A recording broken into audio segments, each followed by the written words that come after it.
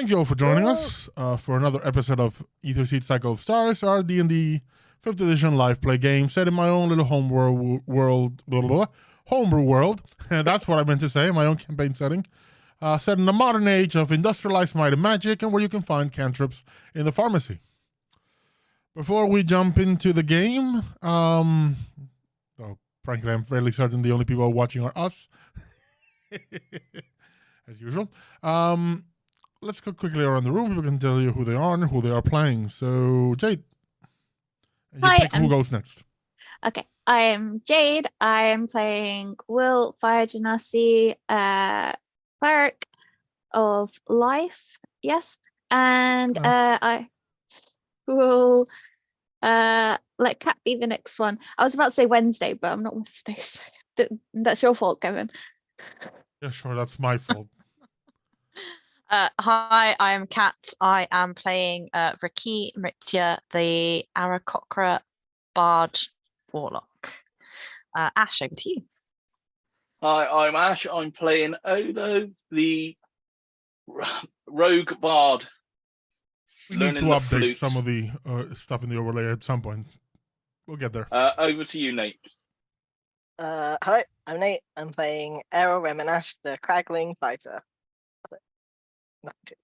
So last time our dear players arrived in Cardis, the center of the world, the center of commerce in this world of ours. Arriving into one of its 9 districts, and Cardis is such a massive city-state that each of its districts is a city in itself. They arrived in one of those districts, Avis, and reported to the guild headquarters in that district. They're called the 9 boroughs. They introduced themselves to the people there. They were given the tools of their trade, primarily a glove that with a sigil, with a ring, shows their identification and their rank within the guild.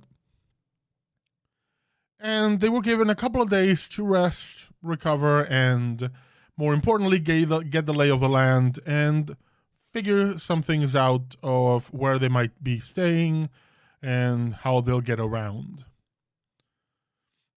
Essential tasks for any newcomer working in their line of work.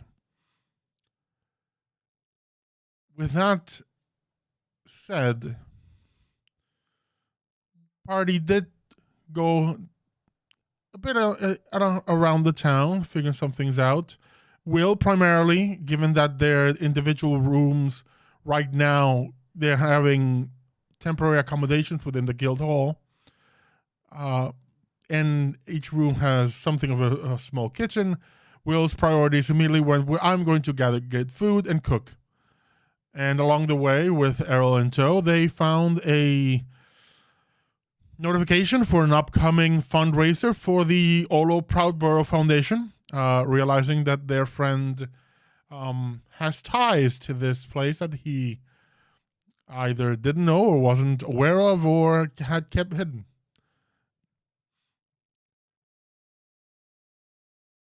RaQui reconnected with her father, and in his very film noir, honey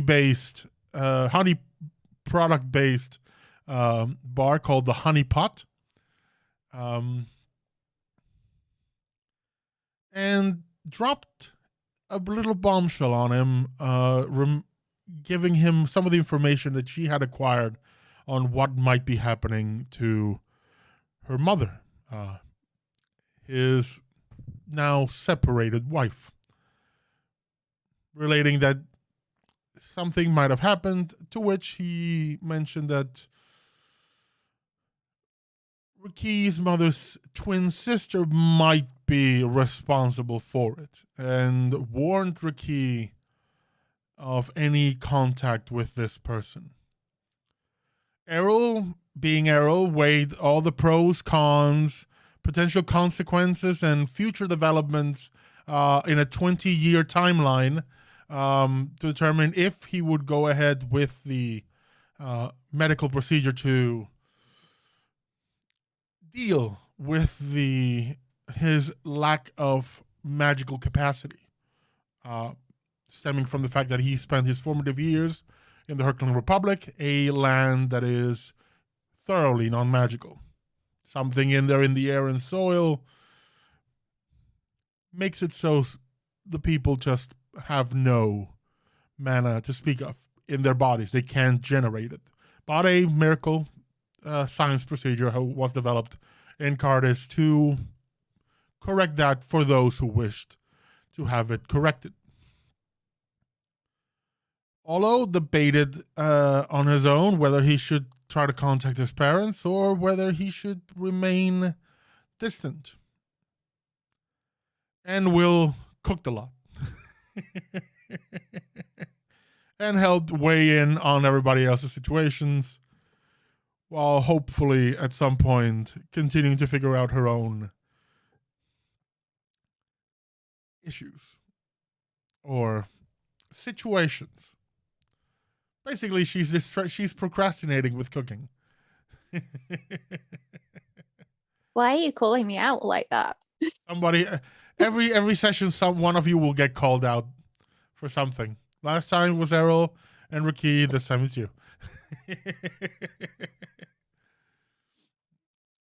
And we're gonna begin. Last time we ended our game fairly in the evening, so we're gonna pick up the next day. Who wants to go first? I mean, okay. I think my usual thing is to make everyone breakfast and stuff, because why not? And I know that some people are, and I'm looking at everybody on my screen, aren't very good with the nutritional meals, as we discovered last session regarding there were cup noodles requests and for cup noodles and ready meals, and Will was horribly offended. So yeah, I'm gonna have to make them breakfast. Obviously, fresh pot of coffee, because everybody needs a fresh pot of coffee. And I'm just gonna see what everyone's gonna be doing today, and then try and figure out what I'm gonna end up doing. Obviously, did I take note of when RaQui came home I would after say I'll leave it to you and RaQui to decide that. after the library that they went to? I mean, I wasn't gone hugely long. I didn't get back like massively late, but I was gone for a couple of hours.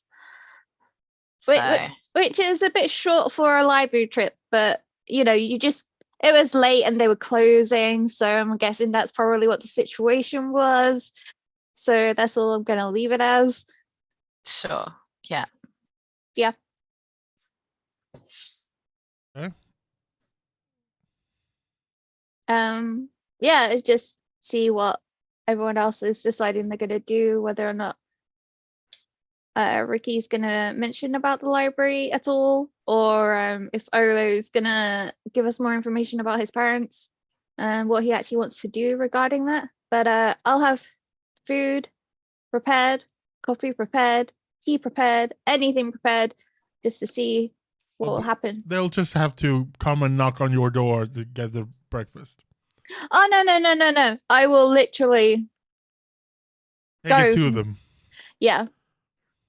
Well, I'm going to say, I'm going to ask, does Will knock or just straight up go in, drop breakfast, get out? Oh no, she'll knock, because that's the polite thing to do, and she's learning boundaries with regards to some of these people. So you never know what they could be doing in there. I'll say about the 30. Who do you drop? Let's give me an order. Who do you drop breakfast to first? And do you answer the doors? And we'll go from there. Okay, so first I'll do RaQui, because coffee is best when it's fresh out of the pot. So it'll be like first coffee, always go to RaQui. Enter. You see the classic Resident Evil cinema cutscene of the door. and go into her Oh no, room. she's got that silver band now, so she's like, you may enter. No. Hers is copper. yeah. Yes. She is one step of you pebble people, but no, she is not yet at the higher rank. So I'll kind of go in with some like stacks of pancakes and some like fruit on the side and like a fresh pot of coffee and be like, I made breakfast. I figured you might need some to kind of fuel that brain of yours. I will be sat at my desk scribbling as per. Kind of look. Thanks. Take cup of coffee and like the smallest amount of breakfast I feel that I can take without being moaned at. So maybe like, I don't know, a piece of fruit. No. More than that. Misjudged. And I'll slide it onto the desk. I don't care if it goes over your papers. You need to eat more. Sure. So I just gonna casually take another piece of fruit, stand up, take my 2 pieces of fruit and my cup of coffee. I need to go and speak to Errol, so I'm gonna have this on the go. And I think Take you the both pancakes off. conga line to Errol's. Yeah, because I also need to go to Errol as well. So He like walks past you and then is like, As you're walking towards Errol, a random stranger, so another seeker in this guild, Random. you see a Goliath woman in basically like pink bunny pajamas, just kind of wobbles and goes, "Is that a fresh pot of coffee? yes, would That's you from the like some? canteen, or did someone make coffee?" I made coffee. Would you like some? Yes. Does she have a cup? No. Okay, one moment. I'll go into my room. I go get another cup and I pour it and I hand it over to her. Takes one sip of it. Make me a cooking roll. Let's see how Okay. well this pot turned out. I'm gonna give you advantage. well, the last pot was extra. Yeah, that was yesterday's. Let's see if the morning is superior. Okay, let's see. With advantage, do it. That has advantage. Natural 20 coffee. No natural 20 coffee, but it is a 17. It's a good cup of Joe.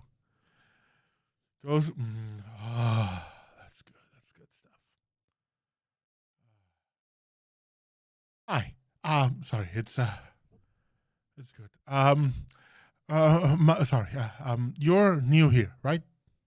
Yes. She's gives you stretches her hand forward.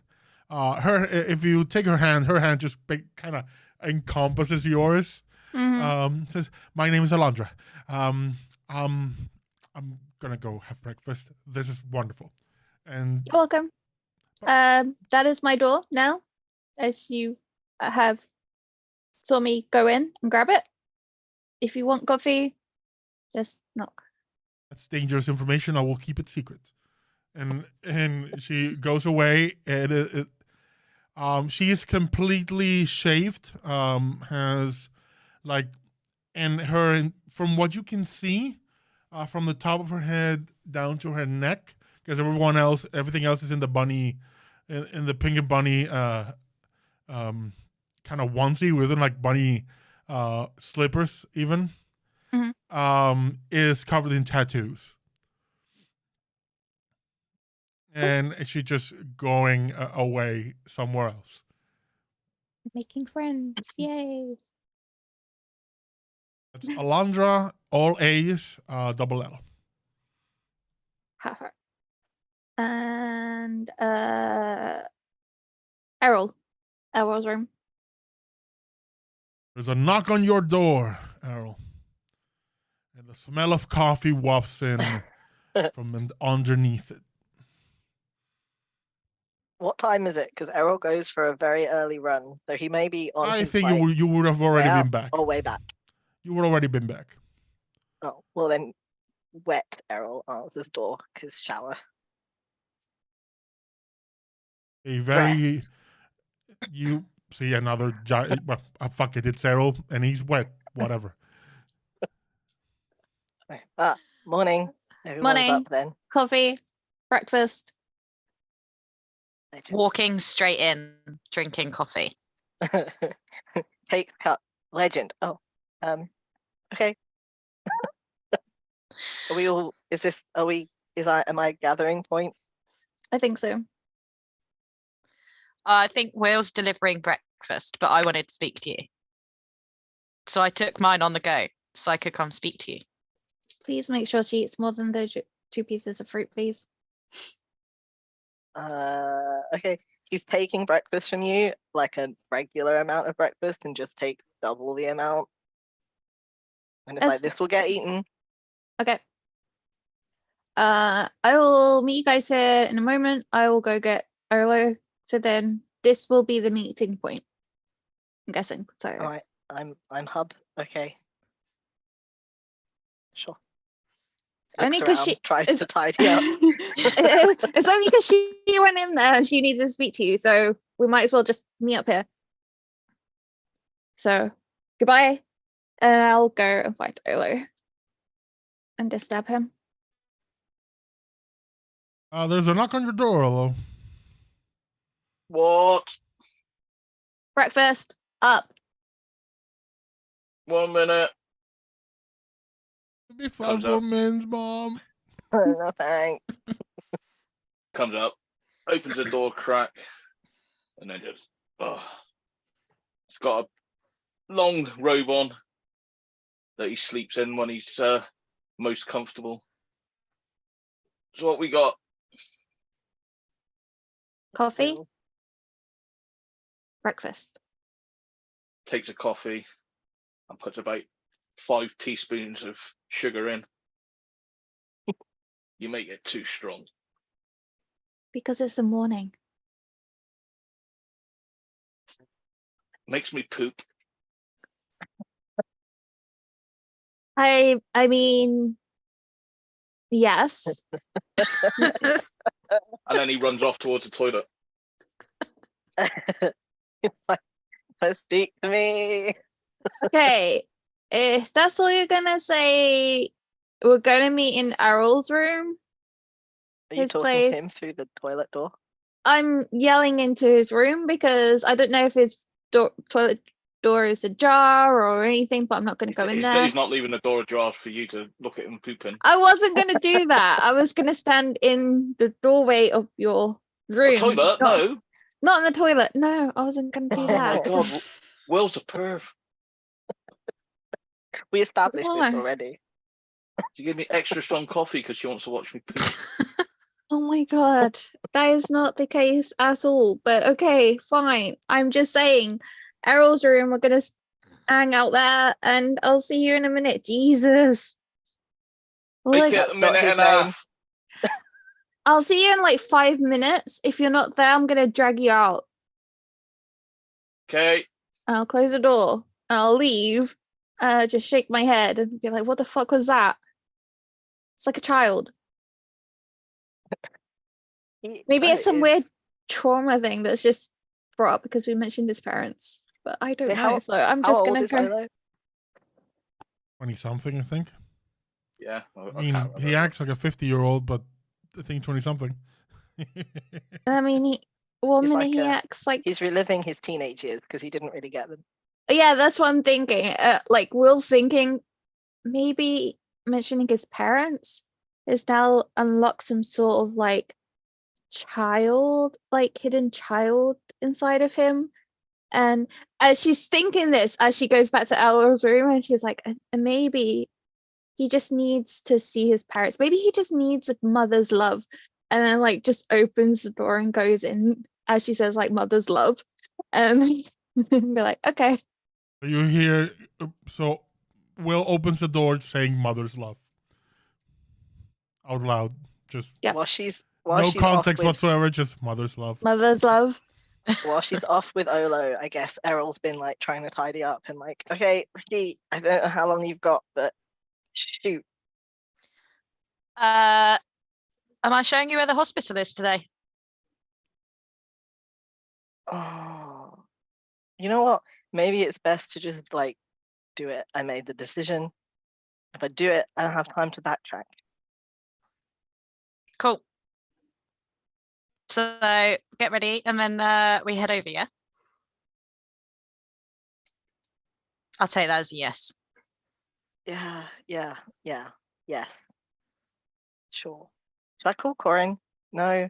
It's like ridiculous o'clock there. He's It's asleep. what we would call ungodly hours for him. I mean, Probably knowing your only just husband, gone he to might be bed. at work still because that's who he is. But yeah, it falls under ungodly hours. He knows that this is happening. No, it's fine. It's all like over and done with real quick, right? Yeah, he'll be fine. And both him and your mother essentially told you, do whatever the fuck you want. Yeah, they did. Errol, like, how do I avoid this? I don't avoid this. I just do this. That's what I do. then- I'm just gonna stand there now casually, drinking my coffee, judging your tidying. He's tidying. It's like folding clothes. It's like clothes in places that they shouldn't be. Sipping coffee, judging.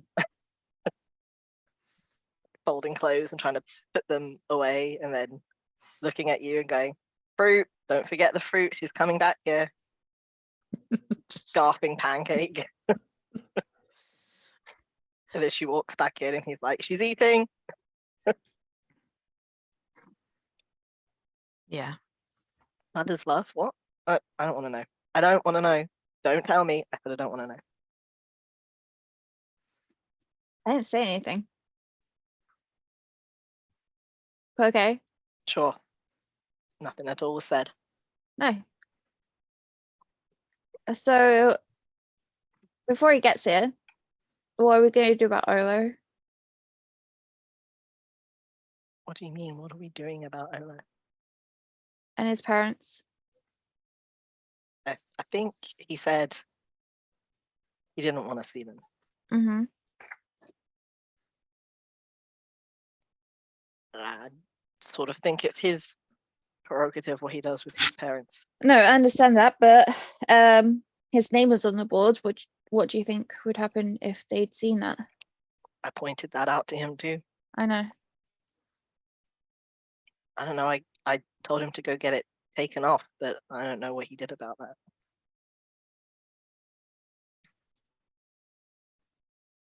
And also, what if they have seen it and they know that he's here?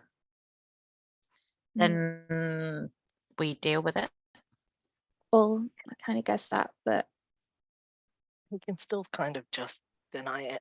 Lots of people with the same name. I mean, he's sort of the spitting image of his parents, so kind of a shitty excuse, but Mhm. for all intents and purposes, it's kind of true. He didn't. I guess he doesn't remember them. It's not. I know that. Just The thing is that he doesn't want to contact them. He doesn't want people to know that he's around. So it preempting anything is potentially going to draw more attention to him. The best thing that we can do is support him and just deal with stuff as and when it comes up. At least we know the situation and he was honest with us. So at the moment, until he changes his mind, there's not a huge amount that we can do. You're right. Okay. No preempting stuff because that's just going to make things worse. Okay. Why did he say something this morning? No, he just, well, told me his toilet habits, which I didn't need to know. I Yeah. don't need to know that either. No, I didn't tell you what he said. I just said anyway, it just made me realize that. Don't worry, it's fine. It's just my brain.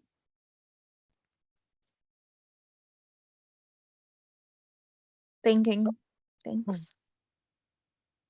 Well, where is he? No, don't answer that. You're going to say I something just told else you. weird that I don't need to know. I literally just told you. Okay. Eats more pancakes just to prove a point. Looks dead at Ricky. Like,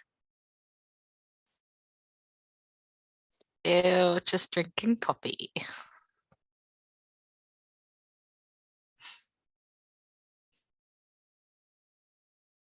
I will find a way of doing something so that you actually eat more. looking between the two of you.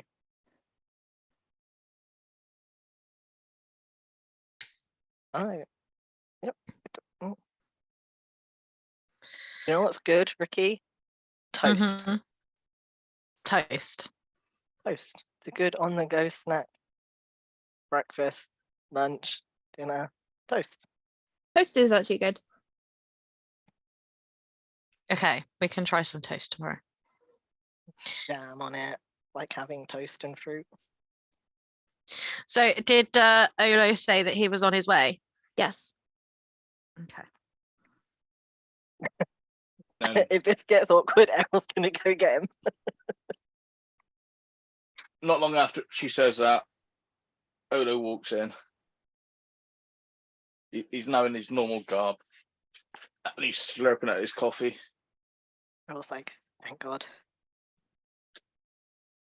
It's fine. I mean, his room is like the rest of y'all's rooms, so I don't know that there's enough chairs for everybody, but they're all just sat on the floor. It's fine. I'm used to sitting on the floor anyway. I mean, Errol sits on the floor and he's still kind of as tall as most of the rest of True. you. So I don't know what you guys have planned for today, but I'm taking Errol over to the hospital shortly. I'm gonna go get my magic turned back on. Oh, are you having the procedure? Yeah. Did you want us all to go with you? Moral support? I mean, it's not. I don't think there needs to be moral support. I think it's supposed to be like in and out, over quickly, that kind of thing, right? It's going to be quick. You will not today. You won't take long at all. It's mostly just a lot of waiting for like things to. Like from what I read, it's a lot of waiting for things to like filter through slowly, so that it's all done in a way that doesn't overload you. I'm just going to take a book. You don't have to disrupt your day for me. So is it kind of like chemotherapy or like a blood transfusion? That sounds more drastic. That Errol just looks at Ricky like, what? I don't. That's not it, Just right? go- It's not. That's not. It's not. No, Ricky's it's just you gonna saying a shoot Will filter. one of those looks. Like, shut up. It's not. It's not severe. It's an easy procedure. It's very quick. You know, I have been given assurances that we will not be in there any longer than we need to be. That wasn't what I meant. I just kind of,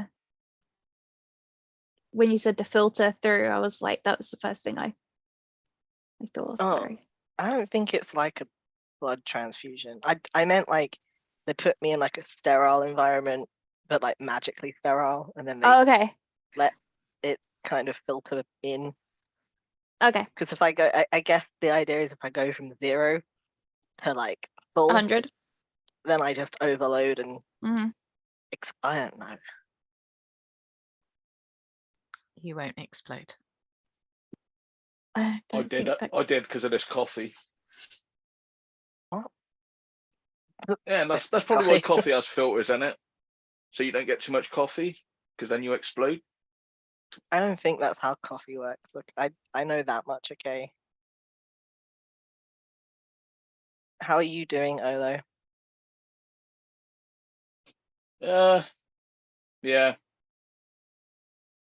Weird. I get that. Did you think about what you want to do about your designation downstairs? Yeah. I'm gonna meet my parents. Just got to work out how to do it without drawing too much attention. Because hiding the fact is gonna be a pain.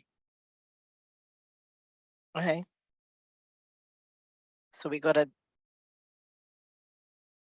I don't know, reach out to them. But shush, shush. In the background. Of course. Hey, you let us know what you need from us. Same as, anyone else asks. Let's just go get your blood filtered. And I'm not getting my blood. isn't that what Will just said? No, that's not what I just said. That's what Will said. Errol, before this changes, can you finish up getting ready so that we can go? Because otherwise you're going to change your mind. Every time someone says blood transfusion, he's like, that sounds like a bigger deal than it is. Yeah, okay, look, you don't have to, like I said, it's gonna be real boring. I'm gonna sit there with a book. But sure, come on the road trip. Why not? He just like stands up and puts on his jacket. He's already wearing like usual day clothes. So usually, RaQui, for you usually get around either in your car or flying. Did you bring your car back with you, or was it the case when you just flew home? I brought my car back with me. I'm gonna have your car, now that it is in Cardis, some of its features become available. Some things that weren't possible in other places because they don't have the infrastructure for it. And let's just say there's a lot of things that need to play with it in terms of city infrastructure for them to work properly and the GPS to, make sense. And as usual, with a mana-enabled car, pump a few bit of mana and it gets faster or easier to control. It's a balance. With 5 mana spent, you can also take off.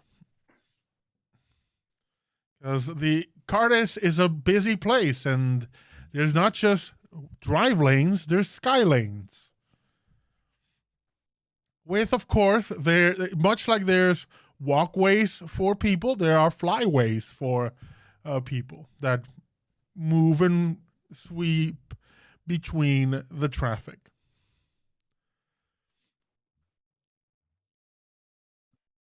Particularly in this district, let's have you make a history check to see how much you know about Avis, the district you're in.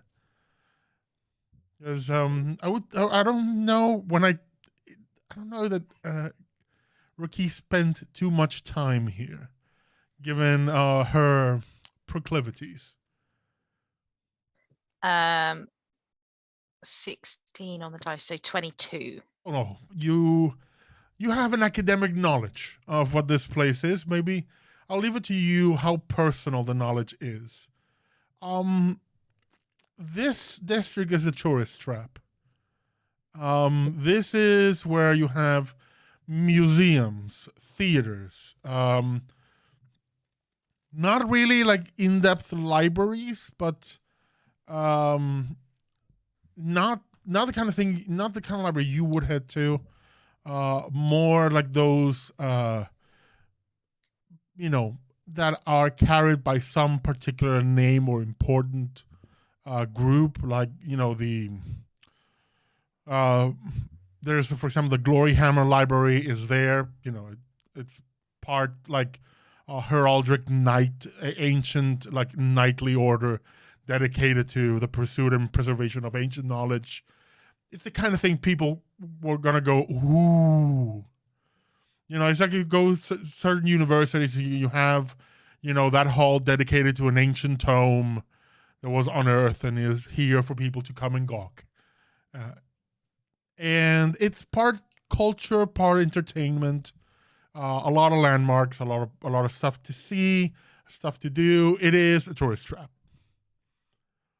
It is filled top to bottom with tourists, and this is their first stop, basically. That's kind of like the identity of this district. As such, it, even considering Cardis is all about the commerce and the business, the money made in this district is ridiculous. But it doesn't mean that it gets busy, which is why this was the first district that ever had a skylane, because otherwise the streets were impossible. They just started saying, you know, when the streets get tough, just go up. Which also means that it was the first district where, let's say, regulations for cars and vehicles and emissions and so on became important.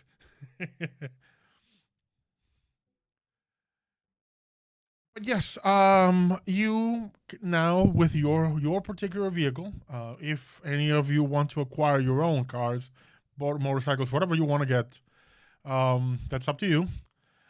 But yes, your car is fitted with Cartesian technology, and you can take off.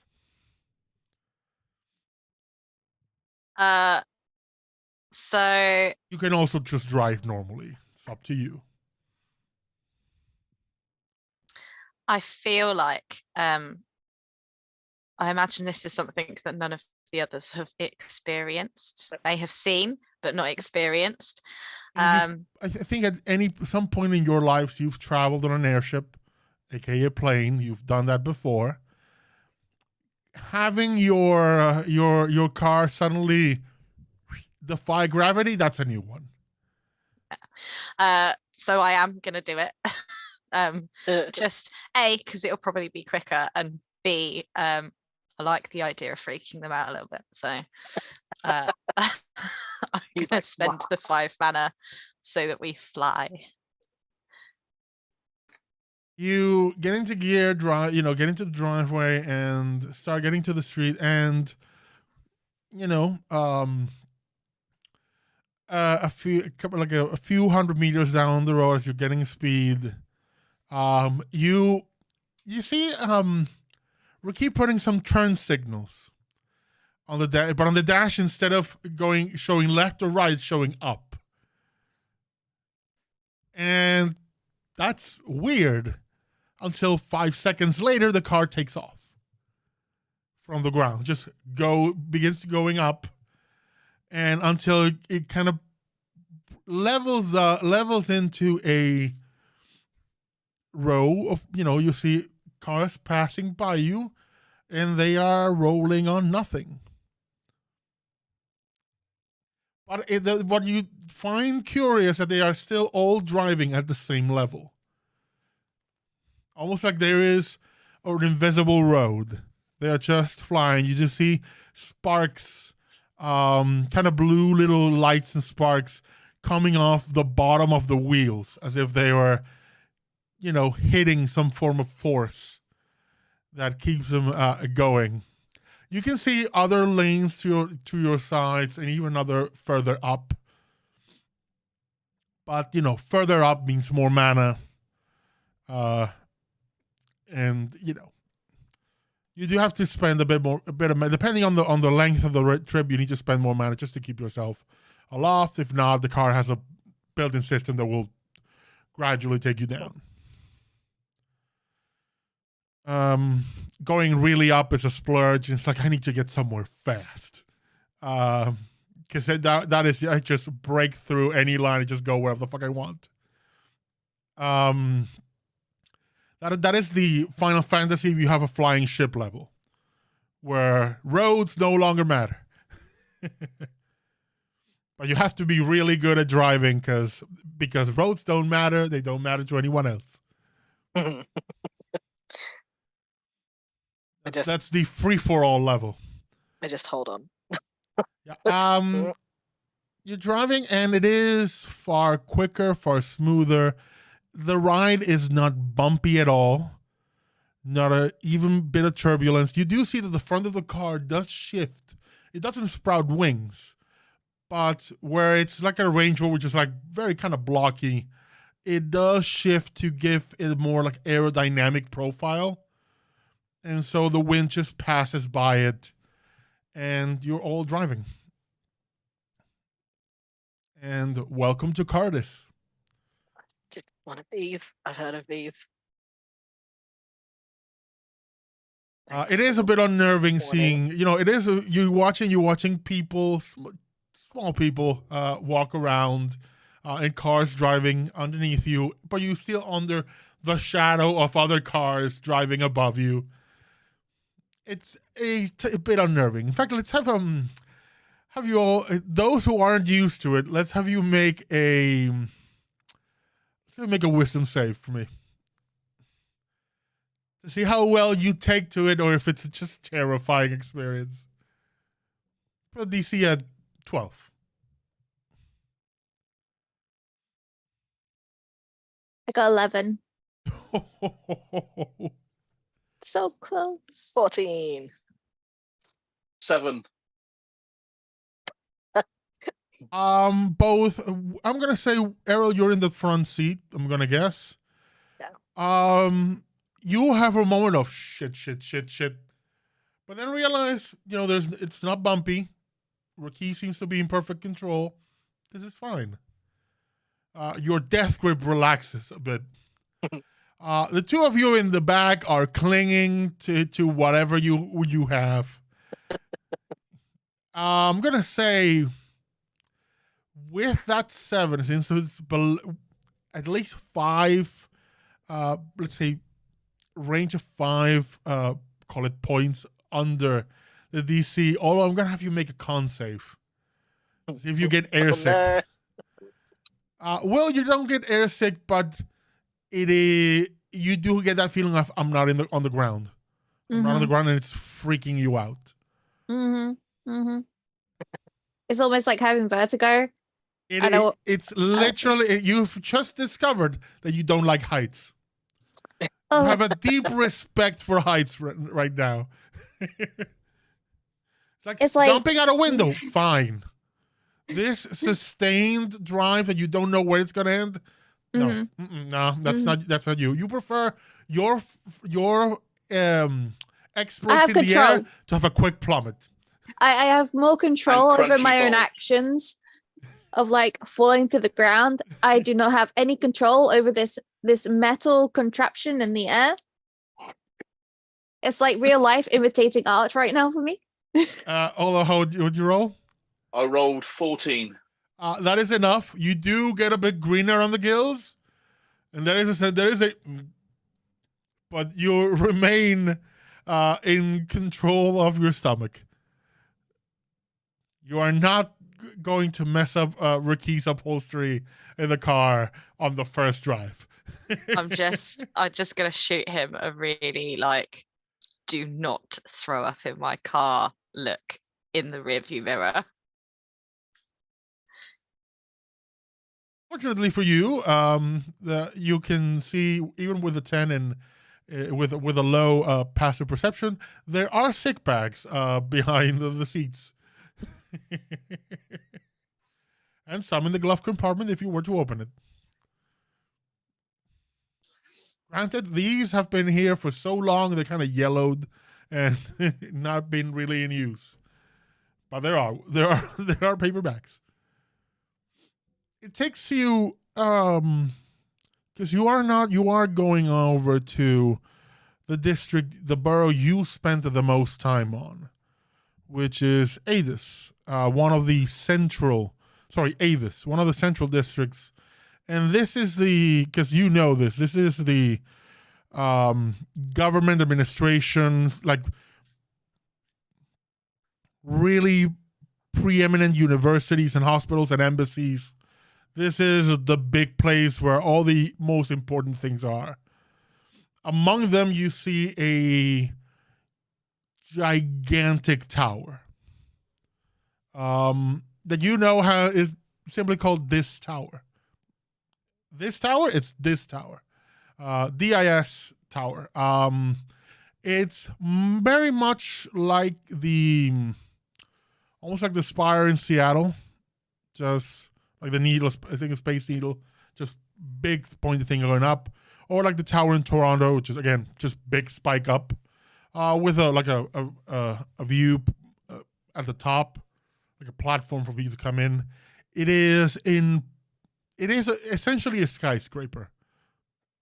In this place, it dominates the airspace. You can see it from miles away, especially now that you're in the air. So you take some of the lines that take you away from Aetis's own airlines, like air traffic, and move towards like the borough lanes, and eventually get to the hospital they're going to. This is of course the Cardis University Hospital, the Central University Hospital, where you worked and actually have a job there, and where Roop, your boss, pretty much runs the place. And you have your own parking space, and it's still there waiting for you. So you just land and park immediately. And for Olo and Will, you are finally on land. A wave of relief washes over you we're back on the ground. The landing is smooth. You don't even feel the bump. It's just almost like you're coming down a slide. Just come from the air and end into the ground, no problem. Then again, RaQui wasn't driving all too fast, so it might be bumpier in other circumstances. So, hospital time. Hospital time. Hospital time. You open the door and there's a reception. I'll leave it to you how you want to handle this. Do you want to take care of things RaQui, or leave it to Errol to handle his mess? After the conversations we had last night, I'll probably do it myself. So I'm just going to sort of nod to the guys to follow my direction. Head over to the reception, say hello, and just explain. Discussed with Roop last night, we're here for the treatment. Give Errol's name, and all of the details that were discussed with Roop. You are fairly well known in this hospital. Your reputation precedes you. Your name and your kind of portrait is still listed among the prominent figures of this hospital. RaQui used to be hired from other places to come do her work, so that's the kind of thing that a hospital will milk to the end and back, especially a hospital in Cardis, where everything is business. So the person in the reception is an old dwarven man that you have seen a million times before, and he beams at you when he comes in. His name is Pascal. He goes, "Hey, doctor, welcome back. Let me check that for you." And says, "Oh, yes. We're, from what I can see, everyone's ready to proceed. As soon as the patient," then he looks at the file, looks at Errol, as soon as Mr. Rimanesh is ready to proceed." Yep, I am ready. "I'll make the call." And just almost like a receptionist goes on the headset, makes a call, and less than 5 minutes later, a couple of orderlies just come by. One has essentially like a wheelchair. Says, "If you would sit down, we can take you to the room to perform for the procedure."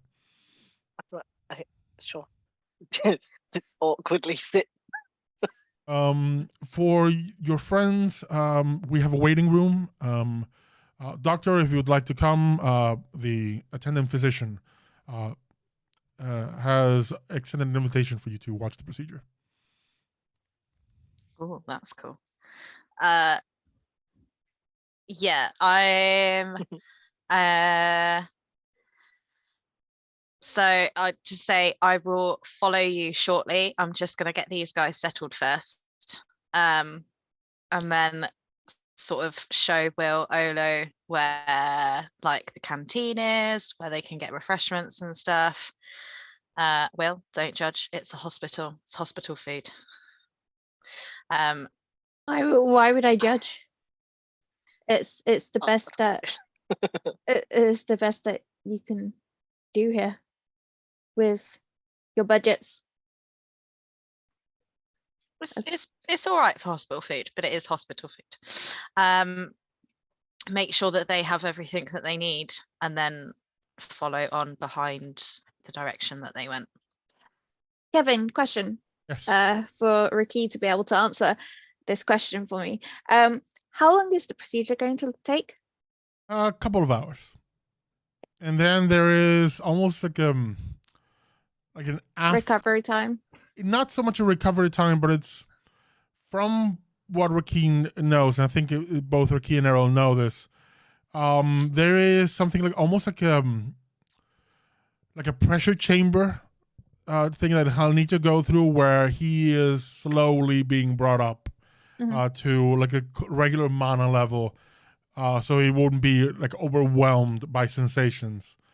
So that takes that depends. Some saving throws will be required for that to see if Errol comes out of it quicker or slower. But in average, you're looking to be waiting for 3 to 5 hours. 3 to 5 hours. Okay. Okay, that's good information, because we could always pop off and then come back if we can and stuff. Cool. I mean, he did tell you he's gonna take a book. Don't let it interrupt your day. I'll just say I'll keep you guys updated as and when I can with what's going on. Yep, I appreciate that. Thank you.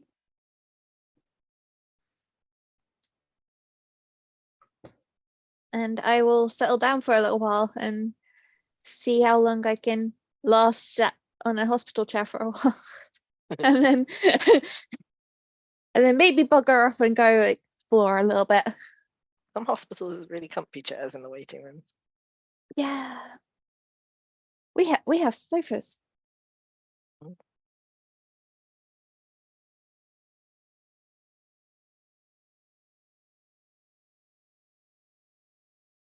Errol's just holding on to the wheelchair. Errol, you'll be fine. Good luck. Before you're taken down there. Is this necessary? Did I need to be in a wheelchair? It's fine. I guess it's fine. It's fine. Everything's fine. It's hospital policy. Just go with it. I'm going with it. I'm in it. You are escorted to a room, and it says, please remove all metal that you may have on your person. In fact, I would recommend remove your clothes and getting one of the gowns. We have them in all sizes. Oh, you got it. Give me a sec. Going off to remove all of his random assortment of jewelries and. Yeah, I have that moment to realize that you really have a whole lot of crap on you. Yeah, you leave everything. It's put in a basket along with your weaver, and you are told to step in. And there is essentially just a bed. It's just a bed. It's almost like a gurney. It is stuck to a base with like a metal tube. So almost like it's a T form. There's some machinery underneath, but the order is just lay down and relax. The doctor will be here soon. RaQui, you're taken to an observation room that is kind of next door, so to speak. You climb up a flight of stairs, and you're looking up. Pretty much like it's like an observation room over like an operating theater, where you're looking at it below you. You know that, and you're seeing Errol laying down on this gurney. Let's have you make a wisdom saving throw for me, Errol, just to see how the jitters are going with you. So good at these. Ow. Yeah, well, that's probably fine. Hang on. I don't know. Hang on, it's the 16 on the dice. Let me plus 3, 19. 19. How is Errol? You tell me how Errol is doing. He is like blinkered, staring straight forward, trying to like breathe, calm. He's like going through like meditation techniques, going, you know how to do this. You know how to meditate. Your dad had you sit there for hours in the rain. You can block this out. This is fine. Why are you still thinking? Stop talking to yourself. Just block it out. Just close your eyes. Relax. RaQui, you see he seems to look fine, but there is some movement in his eyes that, with I would say your passive insight, you can tell it's Errol. He's freaking out. He's just doing like, tremendously well in keeping himself under control. A door opens on the far right side of the room, and a beholder comes in. And Can I just ask, have I got an intercom in my observation room? yes, of course you do. Okay. There is immediately the intercom lights up and says, "Welcome, Doctor, welcome. And hello, Mr. Ramesh. Don't you worry, we'll be taking care of you right away." Is this has Errol? Have you ever seen a? Let's have you. Oh, have you ever seen a beholder? Friendly beholder. Let's start with, have you ever seen a beholder? Let's make that a luck check. Just roll a d20. In fact, I'll roll the d20. You tell me high or low. You tell me 1 to 10 or 11 to 20. Low. Low. Okay. That is a 6. You have seen a beholder before. Yeah. Okay. Now let's do the same, but for friendly beholder. Hi. That's a 2. No, you have never had an encounter that has been pleasant with a beholder. So this ball of eyes that you have seen in the past in situations where they may or may not have disintegrated a loved one is now looming over you. Go, hello, Mr. Ramesh. Yes. Am I connected to any machines yet, or am I just lying here? No. You're just laying on this table. Can feel his heart rate going. He's like, I am Dr. Lockrith. I invented this procedure, and I will be taking you through it. Do not worry. Everything is just fine. You got it. I'm fine. Everything's fine. RaQui, you can tell from up, it's definitely not fine. You see one of the eye stalks moves, and some levers and sorry? I'm a little nervous, Doc. Don't worry, we'll be taking care of that right away. Would you prefer to be unconscious for this? Oh God, just so many emotions in Errol's face. Like, I don't know. It's been my experience that some patients prefer to get too nervous and fidgety. So, nope, won't fidget. We'll be fine. Okay, make a wisdom save for me. I'm gonna put a DC for this one at 15. I was just gonna come over the intercom and be like, "Are you sure?" Oh, 13. You are you are panicking. Your breath is fully out of control. Your your heart is racing. I am going to recommend a mild, just something to keep you relaxed. Expensive. A Just mild gonna, sedative, yes. just, Errol, I agree. Take the sedative. Yeah, okay. If you say so. Like, One of the ice dogs moves and is still like telekinetically pushing buttons and things. And then it just a syringe just flies next to you and injects you with a sedative. You can try to fight the drug. Nope. He's like, oh, this is fine. This is better. This is probably better. This is probably The last thing better. you see before sweet, delightful unconsciousness washes over you is that the bed sprouts metal clamps that lock you in place. Yeah, that was better. Knock you out. Otherwise, it You would have a been, moment no! that you essentially go, oh! It's the flip where he's like, no! And then he's like, gone. You're completely gone. Your body doesn't have enough time to give you an adrenaline surge Nope. through the panic attack when you're already out. RaQui, you see Ricky it. just watches, You see the eyes go, shit! Yeah. You see the beholder sigh. They never want the sedative. They always freak out. Well, let's get to it. And you see Beholder just move around the room and start putting things, and the bed lifts and puts itself vertical.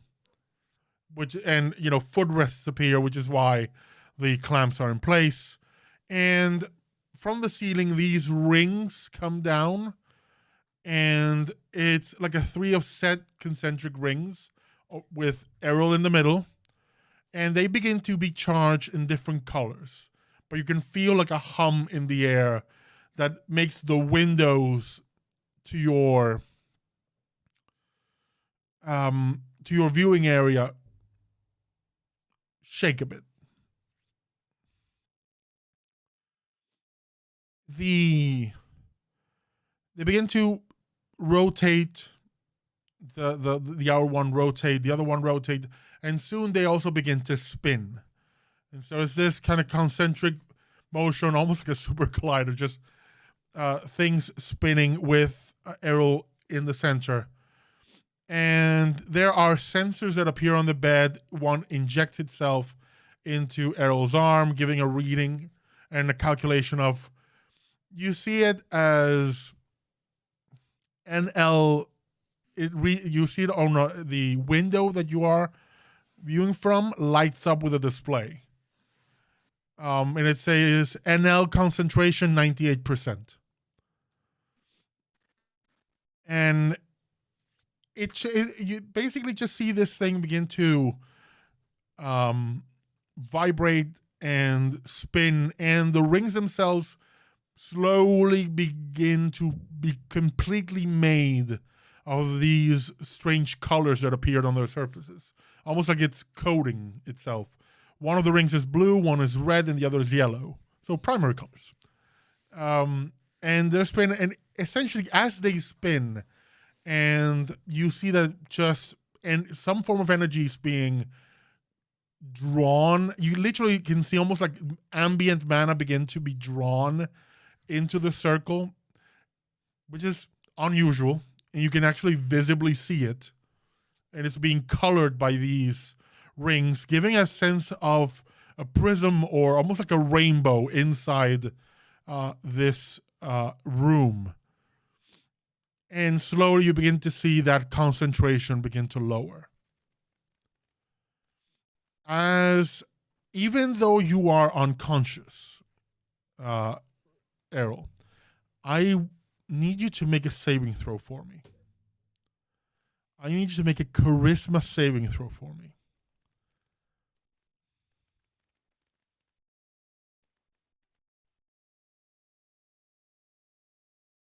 Oh shit! Okay. 21. 21. Natural 19. That was pretty good. As the concentration lowers, there is another display that appears, and it says regulating mana generation. And you essentially begin to see like a full body display, almost filling up like a bottle. And it's essentially Errol's own mana beginning to spark through the procedure, as it's not being limited anymore. But there's like a dampening effect on it of, you know, I don't want you to fill up and pop the head. But in that haze, explode. In that haze, Errol, you begin. Your dreams are you don't have you're not fully just unconscious blackout. You're dreaming, and you are dreaming of wild places. You are having an acid trip in your dreams. I've been here before. It's fine. It's unlike anything you've experienced, because you've had highs in your past. This is out of your fucking gourd. No, this is what they were talking about. And through it all, though, you feel a gentle warmth around you. And as you are seeing colors and shapes, and for a moment you swear you see your mom and your dad. Then they fade, and you turn to look to it. You hear something almost like a ringing. You turn to face it, and you're sitting at a table. There's a nice cloth on it. There is a little menu handwritten, a glass of water in front of you, and a very delightful, plump woman with long, deep, like just bright red hair appears before and says, "Oh, hello, dear. What can I get for you?" Hello. There's a name tag on her, almost like a diner, and it says Mulren. Oh shit.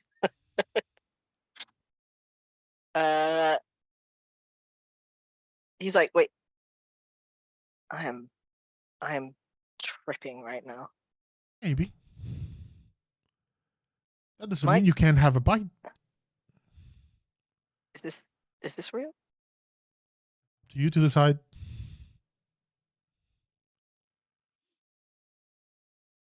He's like kind of a little. The menu has every one of your favorite items to eat or drink.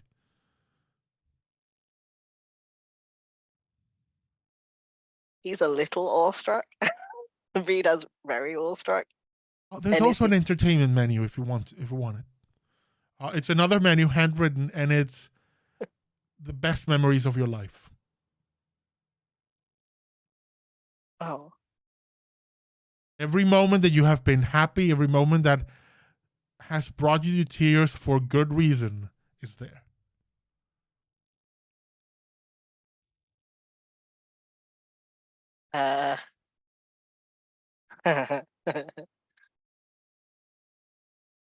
He's like, well, I just press these? Like, do I just... I'll just tell me which one you want, and I'll make sure they get to you.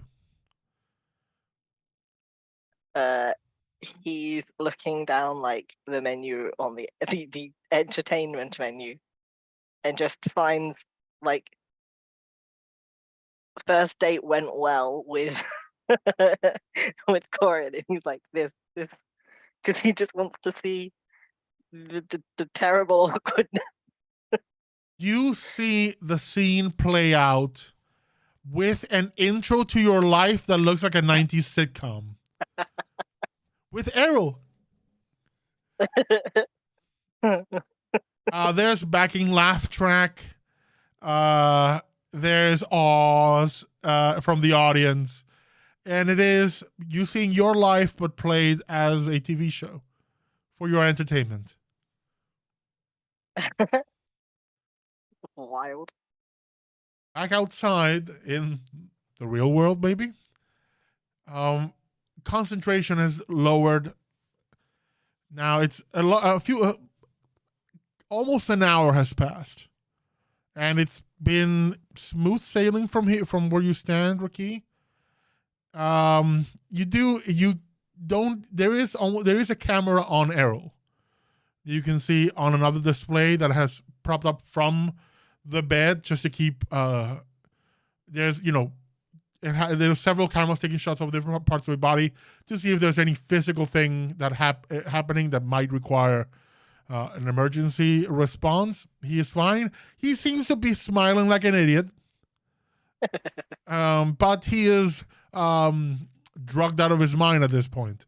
And eventually you see NL concentration 0. And you see the 3 rings begin to slowly get to a stop, the color fading from them. And then the floor below the bed opens, the bed descends, and you see almost like descending into a metal casing that locks itself and puts a timer of not a timer, it puts like a percentage count. Errol, I'm gonna need you to make 5 Constitution saving throws for me. Yes.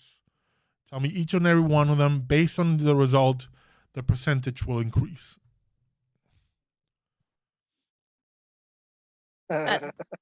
At this point, before you do your first one, I'm just gonna message Will and Olo to say first part of the procedure's done. Just gone into the chamber. I'll reply back, be like, that's great news. Right? Yes? All going well. No issues. Okay. I'll then message back. Did you want anything to drink or eat whilst you're waiting?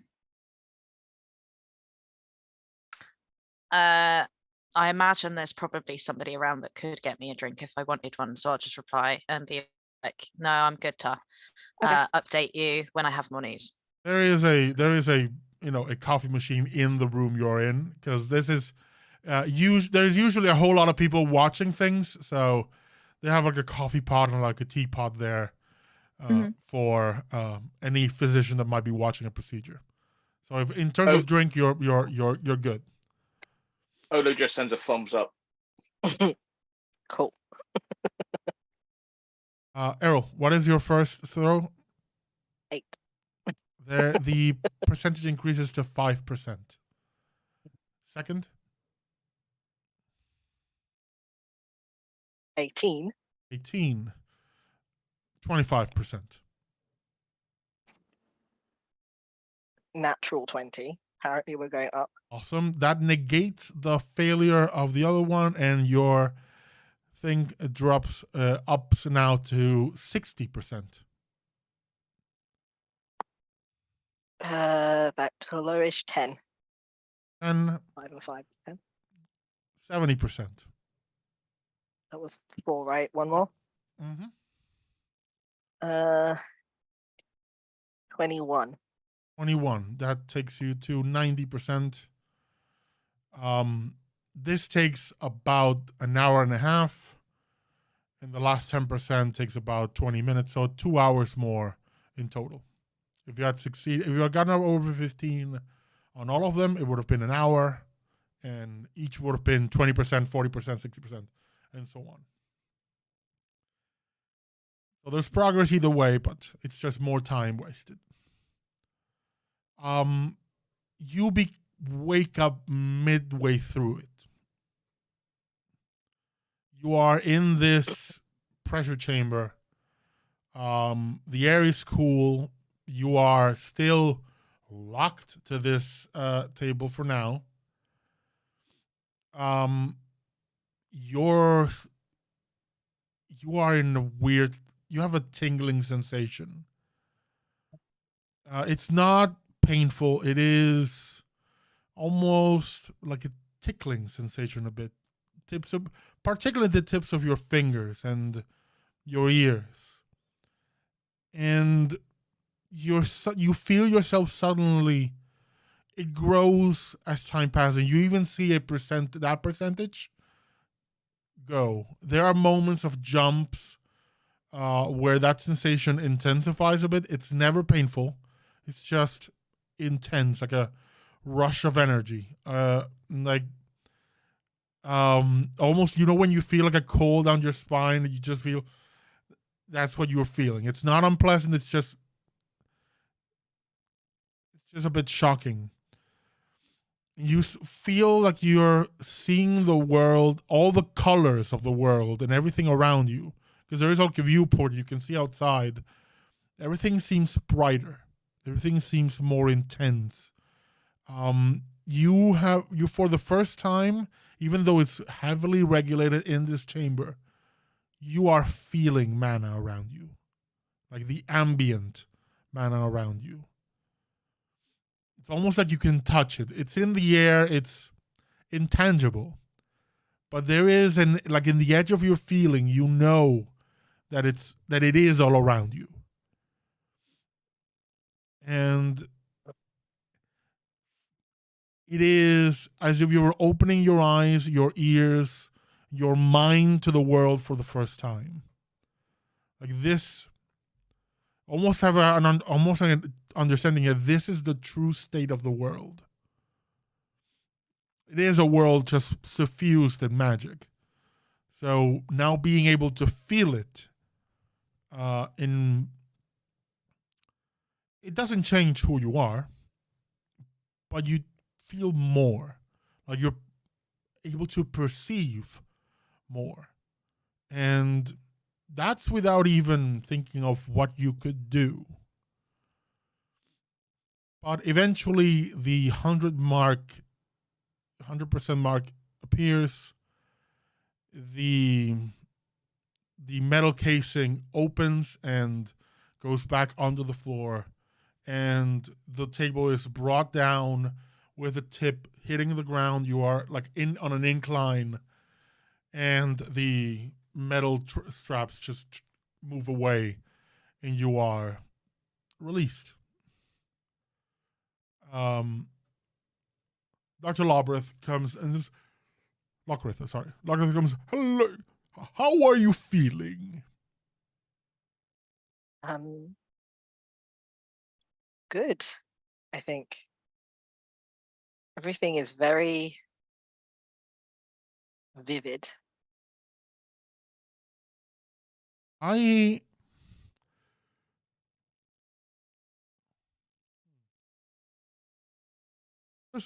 have studied your profile. I have information about your family, and I'd like you to do something for me. That viewing port has shutters, as you can see. I want you to close them. Just think very hard about closing them.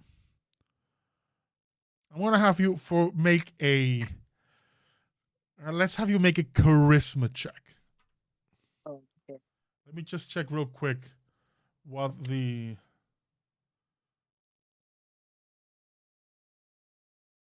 Charisma, yes. Make a charisma check for me. DC 10. Roll plus charisma. Yeah. 16. 16. 2.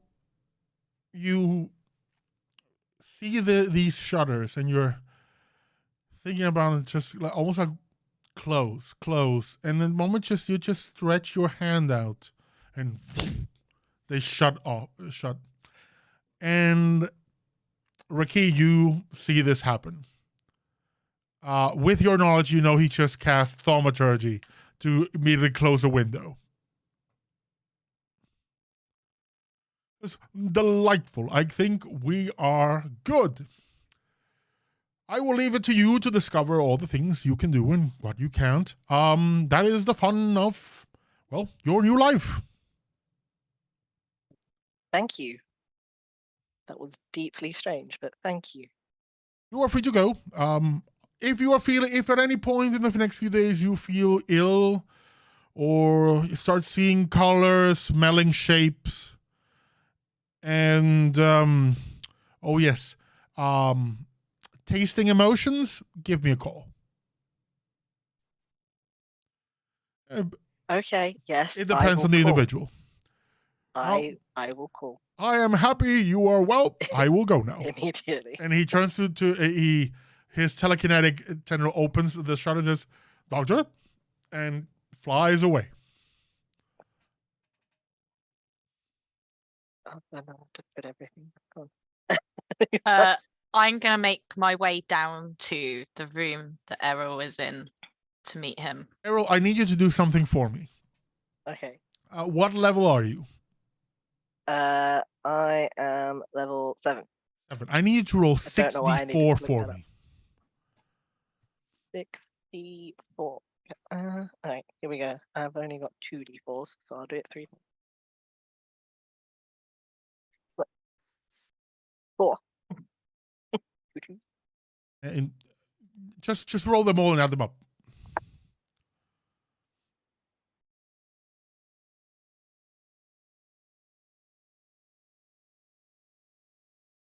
15.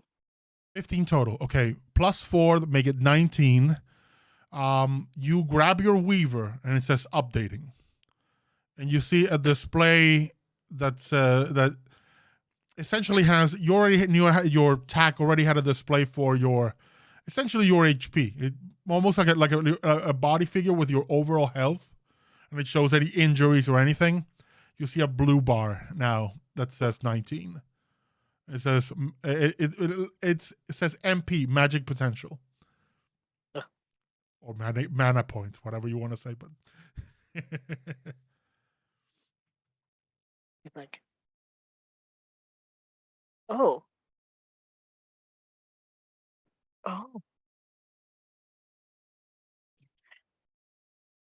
you're looking at he's happy. Oh, now I'm gonna need RaQui, to figure you out what go these to spells do. open the door. You go to the room. You change back into your clothes, Errol. RaQui, you go to open the door. It locks. Errol, the doors lock, and something appears before you. You see, in very much a high-necked suit, with like the breast over the right side, like one of those that kind of fold over. Very like tight-fitting black suit, black pants. Is a individual with a very like a line goatee, like very thin goatee, and bright pink skin. He goes, "Well, it's complete then." Who are you? I asked you a question, boy. Don't waste my time. Is it complete? Is what complete? The procedure. Yeah. Good. Get your weapon out. I know you have one. He's like, what? Why? Just do it. I don't have much time. Don't waste what little I have. I mean, he's got his weaver in his hand, so I guess he could summon his weapon. Good. Now focus really hard on hitting me. I don't want to fight you. Just focus really hard on wanting to hurt me.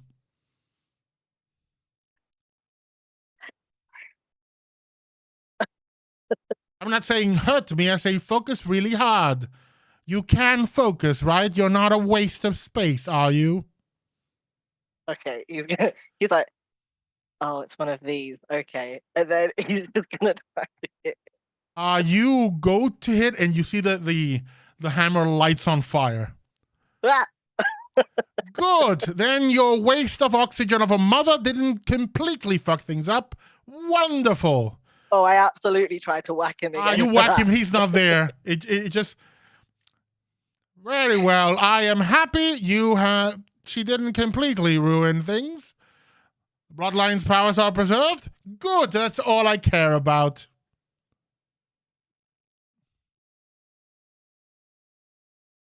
Try to hit him again. He's angry. If you haven't fully understood, you dolt, I am not here. Continue not being here then. I paid for this. Just to make sure that our gifts carry on to the next generation. Now I know they can. Just make sure you have an heir at some point.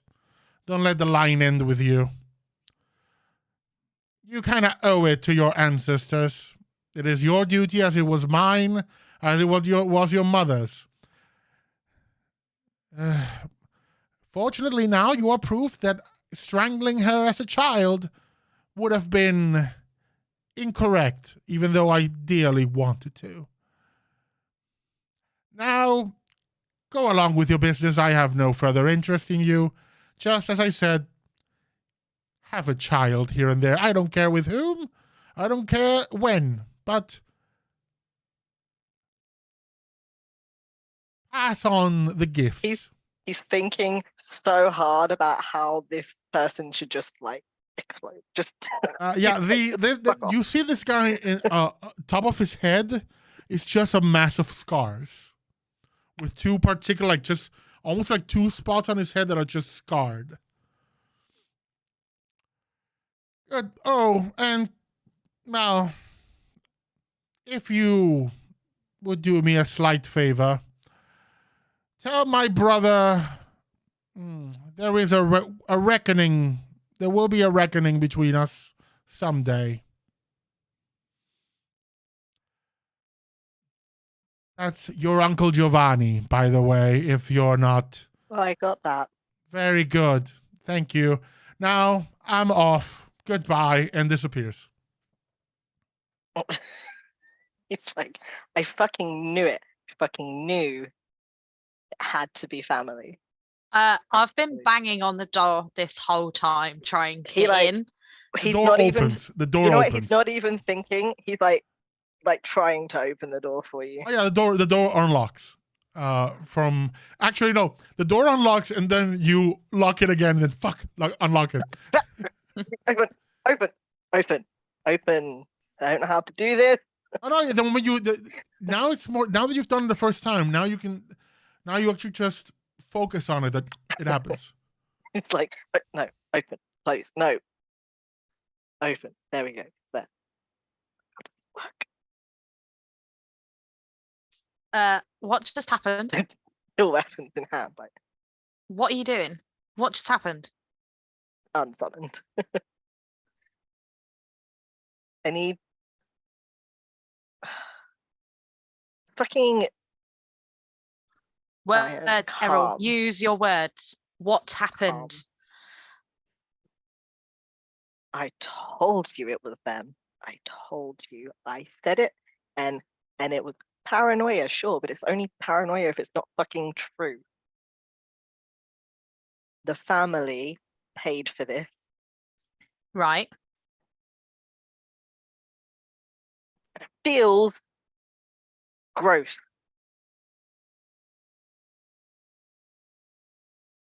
Because they paid for it.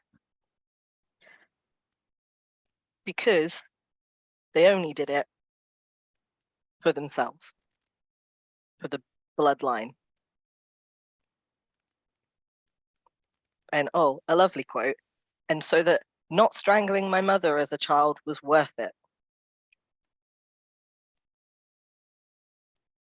Now I just feel disgusting. Like, What do they getting want dressed. from you? He's not even bothered that he's like there. He's just like getting dressed. What do they want something from you? Oh yeah, just to keep the bloodline going. Now that it's worth me doing that, since I can pass things on again. I'm sure that's not how genetics work, but I don't know how mana works. So let me get this straight. They paid for a procedure that you kind of wanted anyway, that you were paranoid that they paid for because you worried that they were going to want something from you. And actually, all they want from you is to carry on the bloodline. Which you don't necessarily have to do. What's the issue? The issue, Ricky, is that I do one day want to have children. Now, though,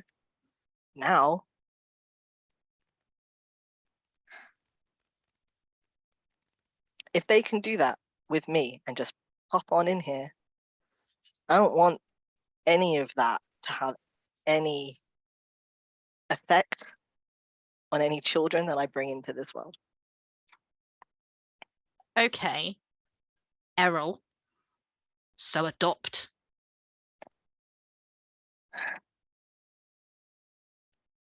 Yeah, that's a discussion that we've had in the past. Well, it's not another discussion that you need to have right now, unless you were planning on going and impregnating somebody right now this second. No.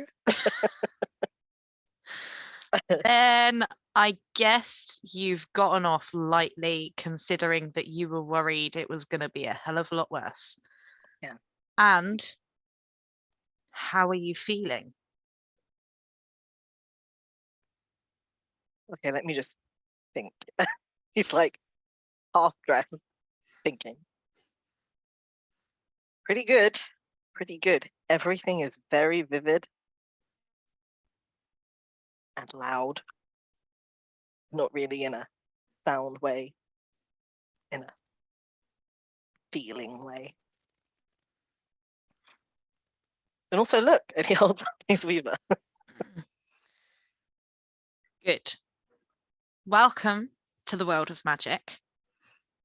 Now calm your shit, get your stuff together, and let's go and find Will and Olo. Yeah, hang on. Like putting in his tongue piercing or something. Like, 1 second. Bring back the Prince Albert too.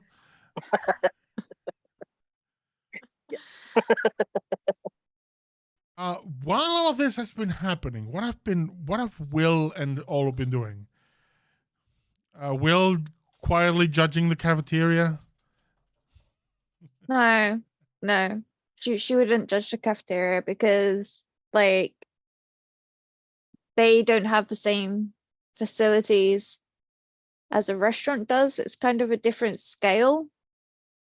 Like she understands they have a budget and they can't afford because they have to pay their staff. Make a perception check.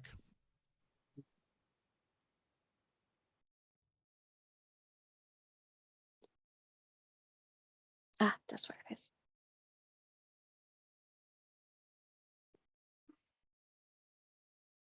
That's not very good. That was a 11. You are looking at the canteen, and it's almost like kind of place where you just put your tray, get a plate, serve, and get to the line. But there is an open kitchen where you can see inside, and for a moment you're like, what the fuck was that? And then you realize that inside you can see there's a few cooks on one side that you can see, and they are like catching ingredients that are being thrown at them, throwing ingredients back across the room. One of them grabs a meat cleaver and throws it as well, and it's this storm of things flying from one side of the kitchen to the other, and you see one of them just grab a chef's knife with one hand, an onion with the other, and then goes into chopping. Puts them into like a container, closes it, and chucks it across the room again. And it's perhaps the most violent form of cooking you've ever seen in your life. And food keeps coming up steadily, coming out steadily at any request that is being made. But you are seeing cooking utensils, sharp cooking utensils, being thrown and just caught expertly and just used to cook. No, this is giving me anxiety. I don't like this. I'm gonna have to leave because someone's gonna get injured. I don't like that.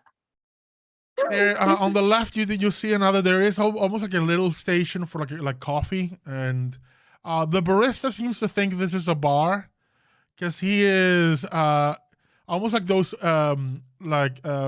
fancy bartenders that just juggle bottles. He's doing the same thing with the coffee. No, I'm gonna have to leave. I can't. No. Olo, are you gonna stay here, or are you going, or what are you doing? Oh, what? I was reading my book. What's going on? Are you happy to stay here, or did you want to leave? What? Is the operation finished? No. Oh, I'll just wait here then. Where is Will headed then? She's gonna go out for a walk away from this kitchen. And this barrister who thinks he's a cocktail maker or something. Just go for a walk. I'll have you make a roll for me. Okay. This is going to be another high and low. I'm going to roll it. You tell me 1 to 10 or 11 to 20. High or low? Low. Okay. Let's see if luck favors you. You're walking through the hospital.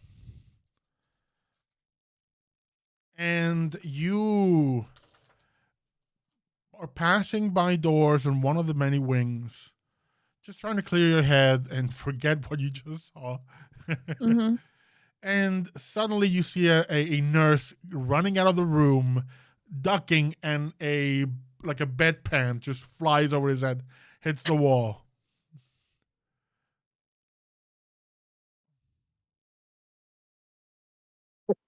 Will like. Okay. And you hear a woman's voice going, "Go fuck yourself, you piece of shit. If you come back to my room without my permission, I'm going to cut off your balls and feed them to your children." That voice seems familiar.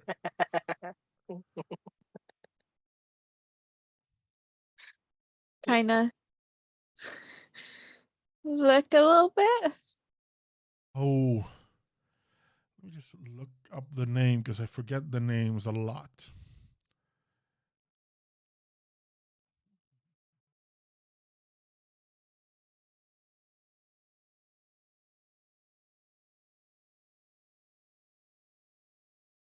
Got it. You see in a full body cast, like just except for one good arm, is Clara.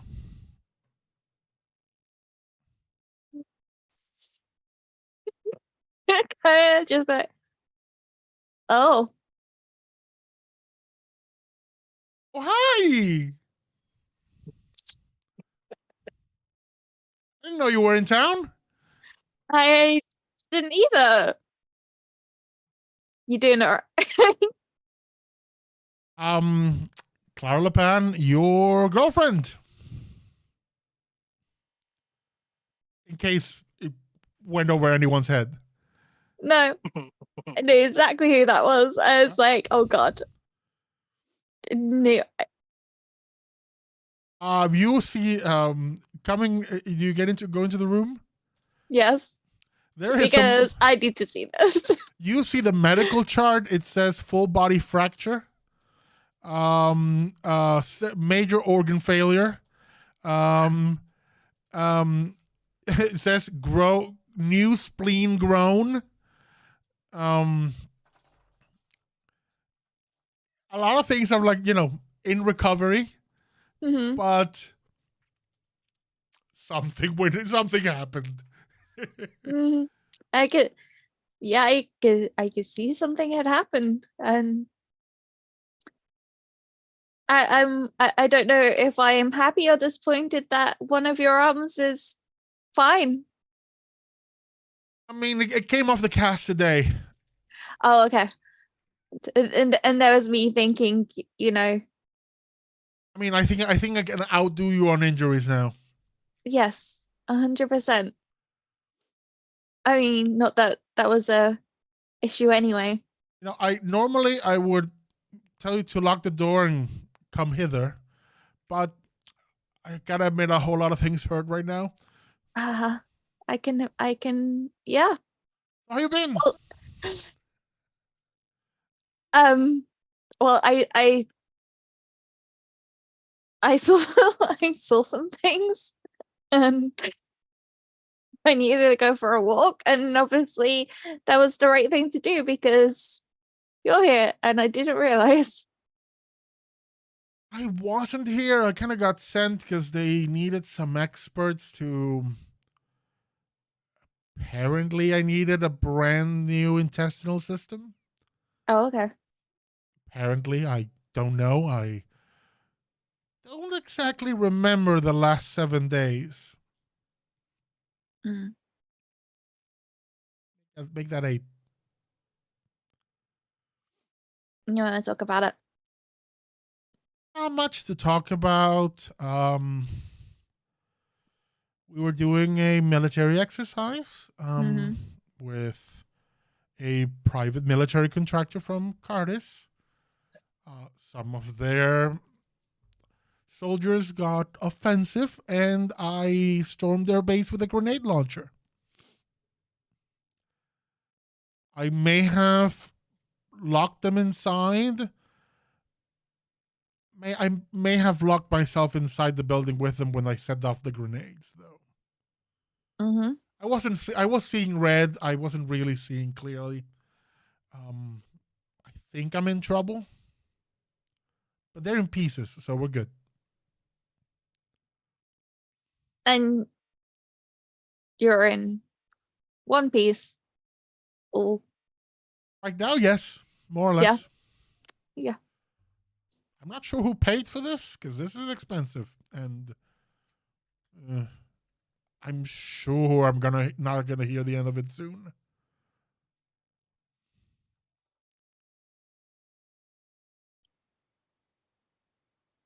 Yeah. So how about you? How's it going? It's going great so far.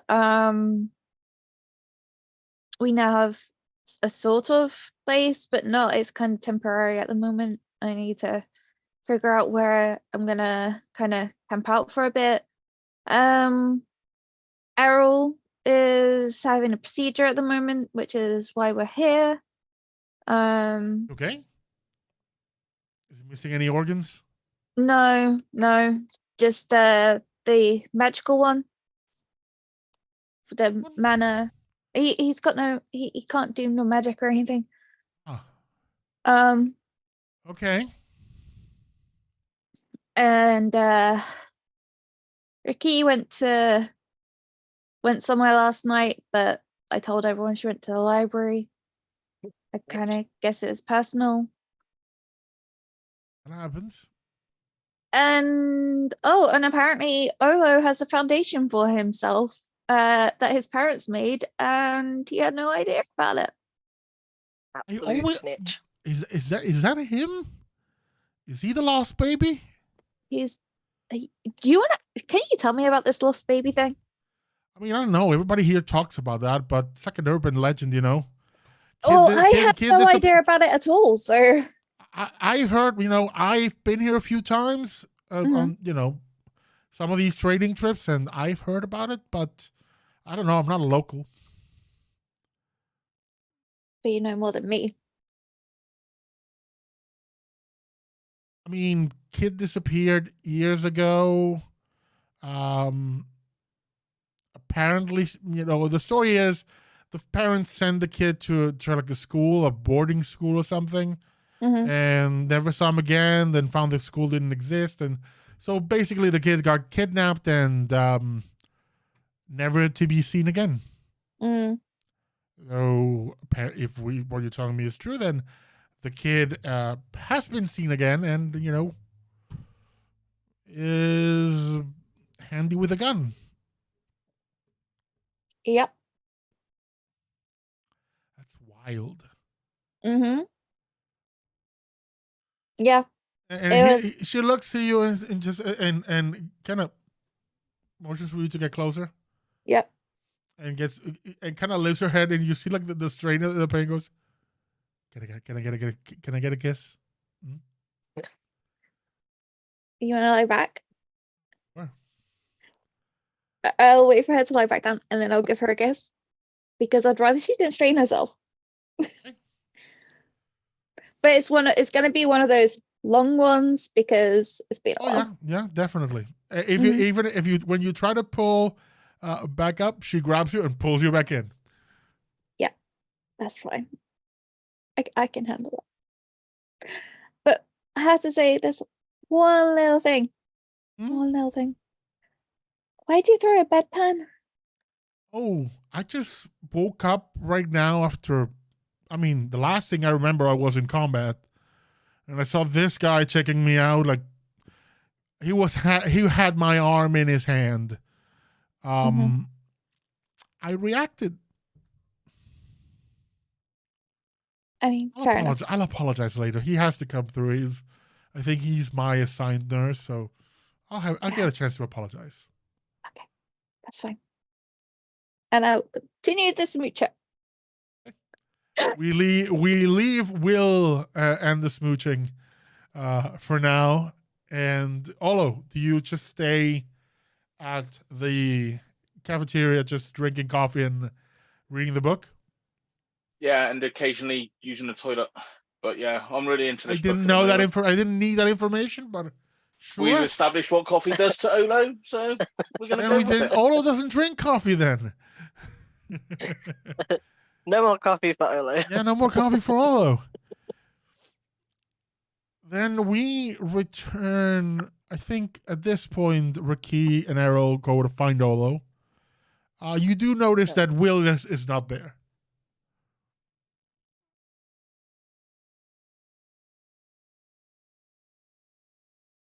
Feels funny now, Mom. I'm just gonna fire a message. Where are you?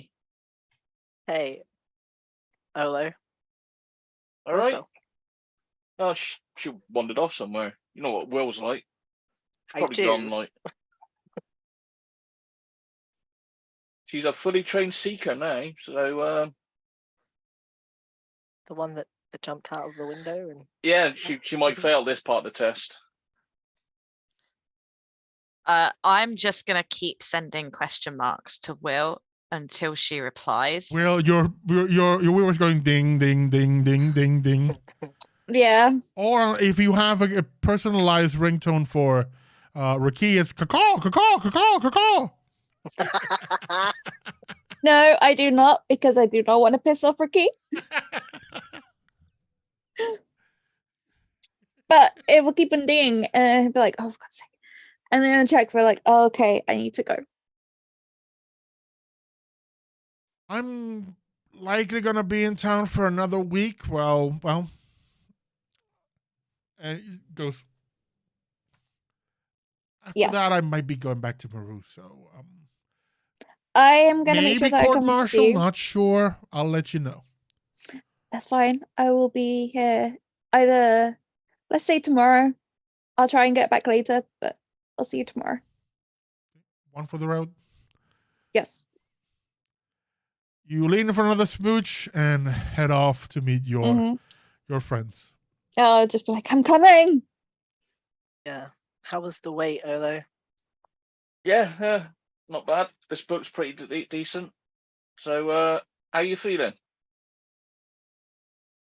Yeah. Good. Fine. Yeah, no problems.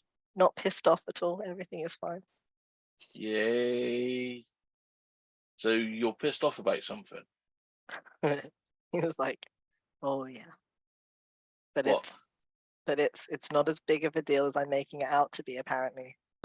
I'm just gonna. I don't know. Looked over, what happened? It's a thing. It's a thing. We thought we'd do a thing. It's Oh. not. It's not the sort of thing that Errol thinks it is. He was right. His family paid for the procedure. What they want from him is nothing compared to what Errol is making it out to be. So he got an operation for free? And what do Yeah. they want him to do? Have a kid. Oh, that's going to be a bit difficult. I'm sure the husband won't be too happy with... Not in this world. In this world, let's just say becoming another sex is not the ordeal that it is in our world. It's literally an over-the-counter medication. It takes about a week to take full effect. You're good to go.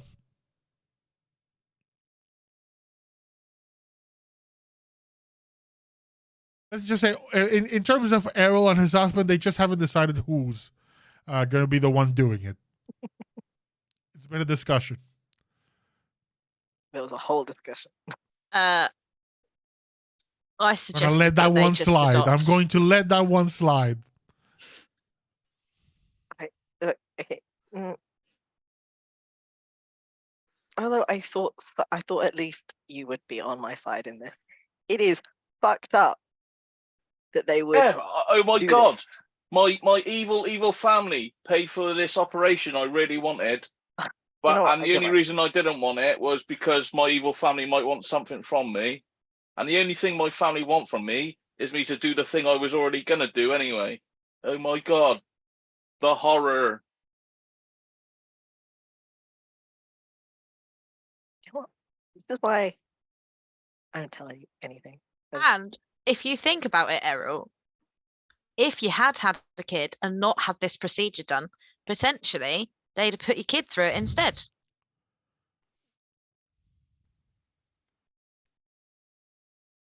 Anyway, I'm gonna find out where Will is, and I'm just gonna keep messaging Will. doesn't make me less angry. Please hurry up.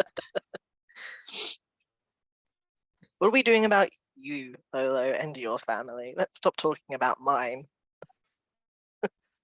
Well, my family is throwing a concert for me because I'm missing and dead, maybe. So, yeah, it's a thing. Will. I'm going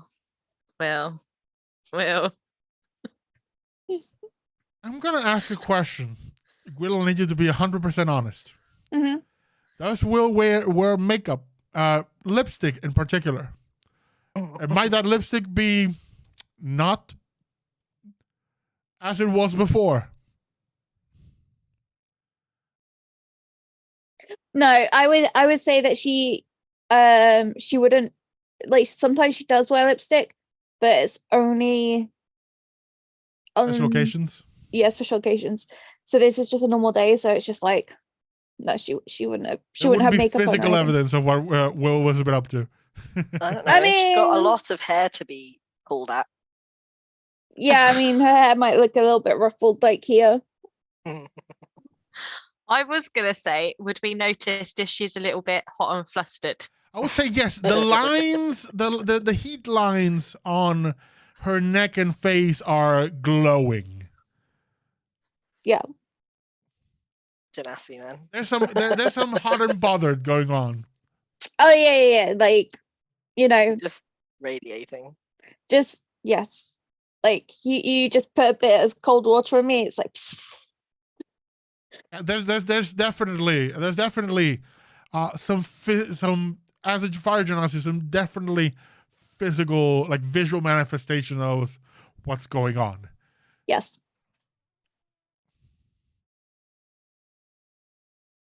So you arrive looking like that at the cafeteria. Hello. go out. That is Hello. great news. Hello. How are you feeling? Fine. Oh, Don't ask. It's a thing, but it's not a thing. The thing that isn't a thing. well, obviously it's a thing to you. Nope.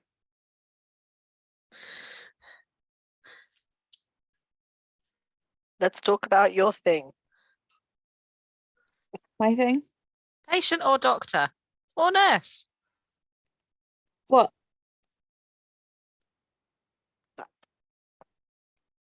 Patient. That makes it sound really bad. It goes from like this in a really like sassy manner to like, no, now I have questions. No, it's perfectly fine. It's okay. Oh no, I think you were supposed to be babysitting her.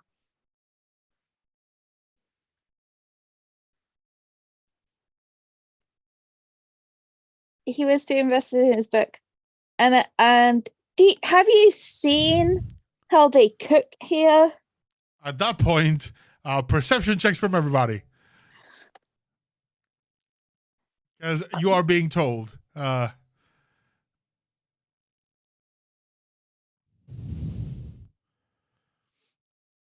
17. 23. Oh yeah, you can 14. see the cook off happening in that kitchen. You see knives flying, ingredients flying, pans, pots, and just being caught and used, and then being thrown back. And Will's just kind of like, Efficient. I can't see this again.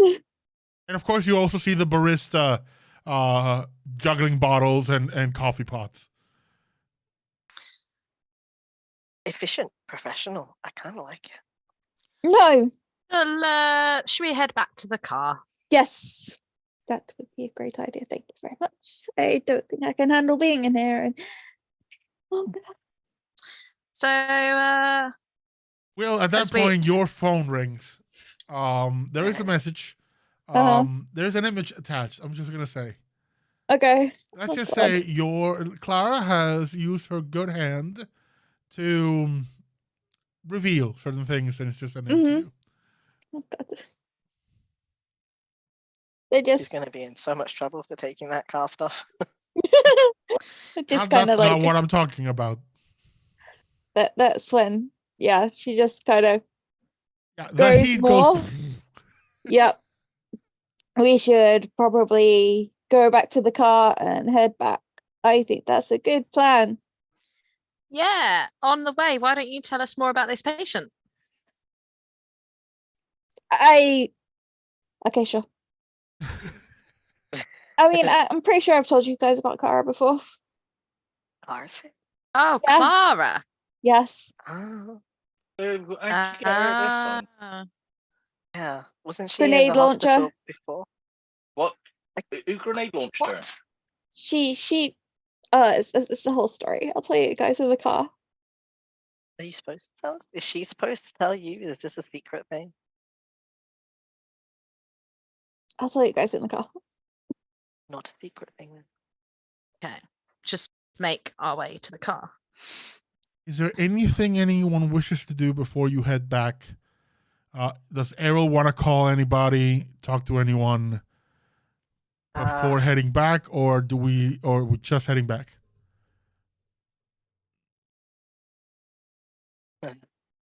It's still an ungodly hour where his family are, so Very true. no, he'll message his mum. Okay. And What's just the say message? procedure went well. I know who paid for it. Need Giovanni's number. Okay. It wasn't him. I expressly say to her, it was not him, in case she's like, that bastard. And she's like, no, it wasn't him. And so you head off, and I think we went a bit over time, but things had to happen. Smooches had to happen. We're going to take our 10-minute break here. Back in 10 with the rest of our story. So we'll be back in just a bit. Sorry. And we're back. You all return to the guild building, park your car, and get back in. About half of the day has already gone by. Is there anything else you all wish to do? Or should we move on to our next day? I mean, if I have chance to, I want to go back to the hospital. But Okay. I mean, it's up to you. And you would have to find a way to get there. I could drive. What car? Yeah, you're not having my car. Fine. I'll like grab a cab or something. I'm sure they have cabs or a bus. Not like I can't take a bus. You are all supposed to be getting the lay of the land, so if you are heading out, I'll have you make an investigation check for me. Okay. The higher you roll, the more information you acquire. Oh, yeah. Investigation. Let's see how poorly I do with a 5. With the 5, you can flag down a cab for sure. Everything else, there's too many people and it confuses you. Mhm. You don't know what's an actual bus, what is a tour bus. You're not entirely sure, but you can identify a cab easily. It's like when we went to Canada and we saw the yellow buses and they're actually real. It's like that's a school bus in the films. And then that was wild. That's probably what it's like here. It's the same thing for anyone coming to England and seeing a double-decker bus. Yeah. I had that moment. Bendy buses. Yes. Yes. You're more it's in all- London where there are still the occasional, really anymore in the past few years, but there is the occasional classic-looking double-decker. Mhm. The new ones are a lot more modern, a lot more glass, but yeah. Anywho, that's a fucking tangent, but anywho. That's what it's like here. It's like, oh, I saw those in films. You see taxis and you can definitely grab one. Awesome. How many car casino For how many crests? crests? Yes. Let's roll me 2d4. Is it gonna be expensive? 2. So 20 crests. I rolled 2 ones. Almost absolutely no traffic. But you are going from basically one borough to the other. So Fair enough. So hit 20 with, crests. basically, the higher you roll, it meant the traffic was horrendous, and it just took a while to get there. You get there also very quickly. Perfect. You go to Clara's room and right on time to hear someone going, "You're in really deep shit now." Boss man. Come on, they had it coming. Oh, they may have had it coming, but fucking chaos grenades! Are you out of your fucking mind? I need to listen to all this. This is fantastic. I mean, they're highly trained. We all agreed they cheated during our exercise and they were sus as fuck. So, I mean, I may 50-50 may have happened, allegedly, overheard you all talking and realize, and the part where you all discussed they were really into some bad shit. So I figured I was acting in the name of justice. Justice my ass. I'm gonna pull every string I have, and I don't have many after getting a new body. But I'm gonna try to keep you off a fucking court-martial. But you're gonna get demoted again. Poke my head Well, around sideways. I can. God damn it! But okay, I sure. And we're taking your permission over heavy hardware. Oh, come on, not that. Come on, you know I'm your only true heavy weapons expert. Yeah, you're also kind of psychotic. So no, not until you go through full psych evaluation. 6 months of it. And we cut it down to 3. Ask me again and we'll make it 2 years. Okay, sir. 6 months. Okay, thank you. And you see a soul forged body, fairly large, like normal size, so body, with full, in full military uniform with decorations, coming through this. I know you. Can you try to be a good influence on her and not let her be a bad influence on you? I'll see what I can do. Good.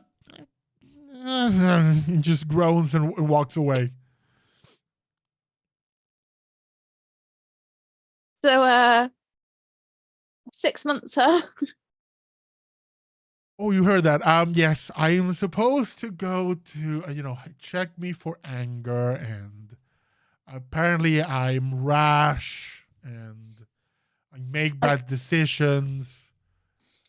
You said that you're psychotic as well. To think of it as I apply lateral thinking to problem solving, usually with highly destructive caliber weapons. Because you are the heavy weapons expert? Right. Now I'm going to ask a pointed question because a nurse comes in and looks and says, "Oh, you have a visitor." And he's there's a look of terror on his face coming into this room. Says, "Oh, there's a visitor." Asking, "Will visiting hours are about to end, but are you staying?" I'm only here for a little while. I then have to go back. Right. Miss Sergeant? Sorry. Yeah, Sergeant? Do you need It's anything? okay. She doesn't bite. No, but she Well, throws things, and I want to.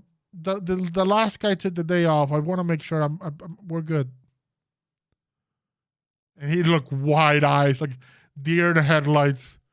She goes, "Oh no, I'm cool. Maybe some water. Water, cool. Yeah, sure." Walks away. She looks at you. I think I can take control of this place within 2 days.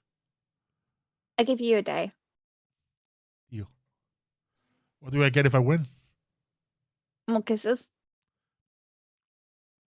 I agree. That's a good deal. Mm-hmm. Agree. You spend some time with Clara. Mhm. You both always enjoy each other's company. Yep. It is weird just here, just like 95% interaction, but she makes it work. Yep. And eventually you head on the way out. I'll have you make another investigation check and see if this time you get a bit more.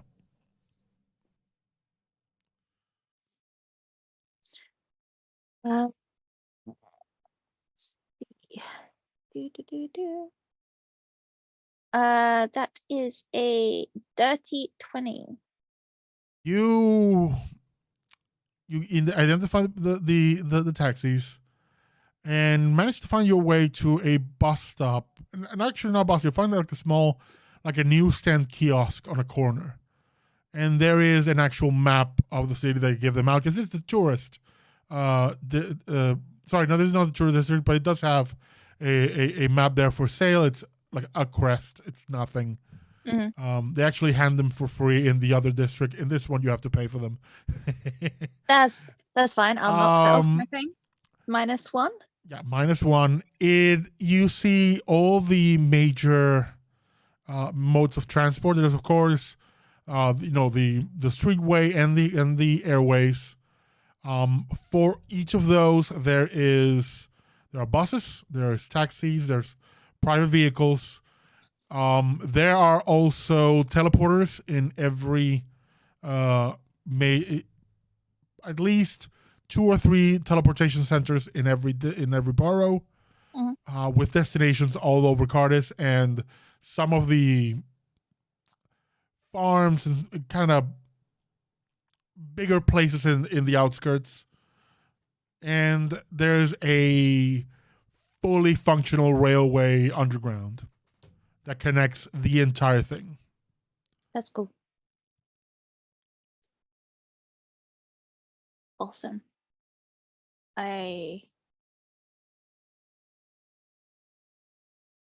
Let's with a 20, you know that you can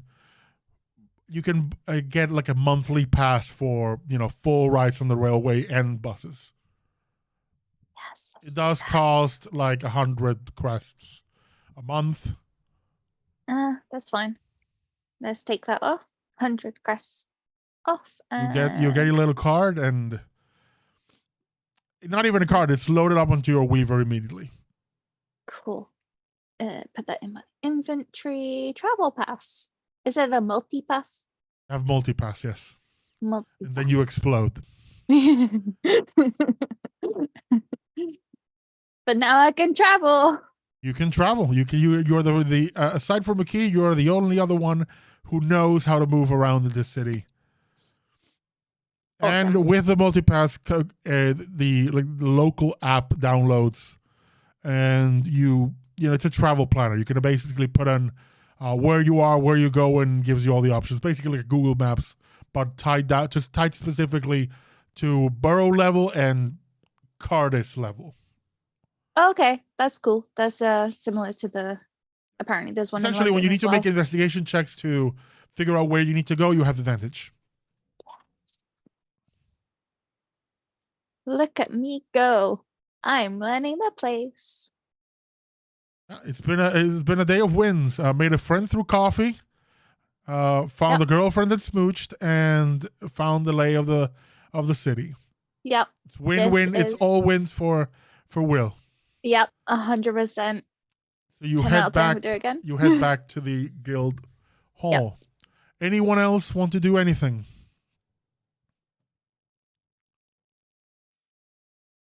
Olo just finishes this book. I mean, Errol, it's getting to night, so your mom does reply, and it says, "Call me." Okay. I mean, I will call her. Hello, Errol. You just gonna go out with it. Who paid for the thing?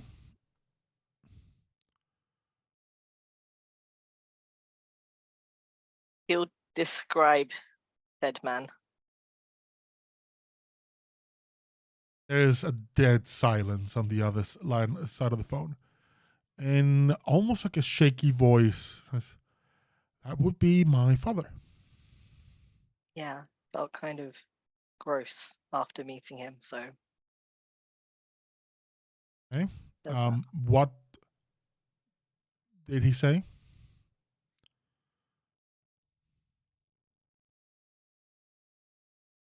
Errol? If I could have harmed him, but I couldn't, so he would like me to continue the bloodline. Right.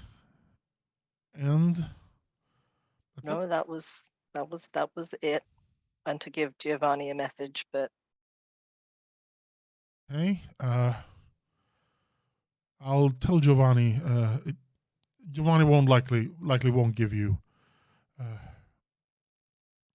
I'll give you his number. He may or may not reply, and then you'll get a call at some other point from some completely different number. It's weird. If you can contact him, he said there would be a reckoning. Hey, that sounds ominous. Yeah, I thought so too. Are you sure my father didn't want anything else from you. No, he said Errol repeats best of his ability without saying any of the horrific things. What was said in terms of what was said about him and nothing about. So to be specific, do you make a mention that what he said of basically your mom didn't fully screw up with, your, because Yes, but I would like to emphasize that Errol's likely never seen his dad properly angry, but I feel like he would look like his dad angry in this moment. Because he's mad, still mad. He's like still thinking about exploding this man's head.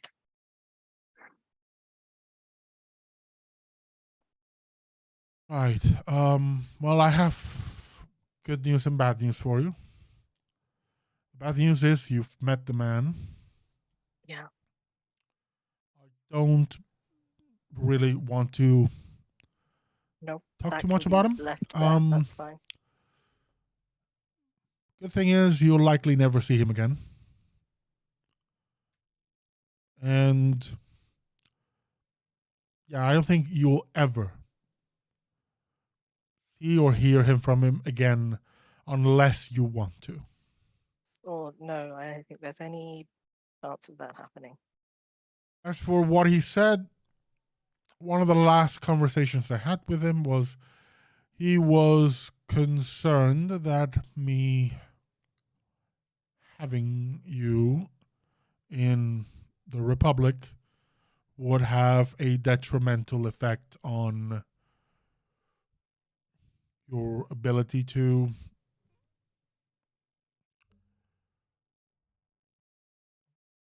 express the gifts of our family.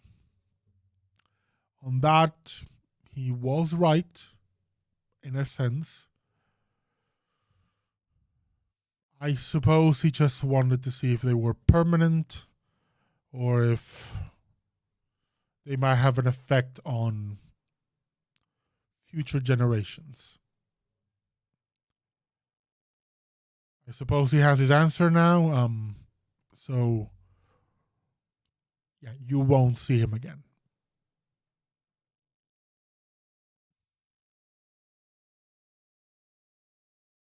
I'll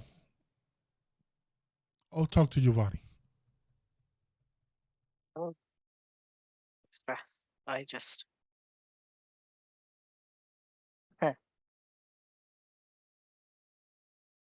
I don't know that man, but I knew him the moment I saw him.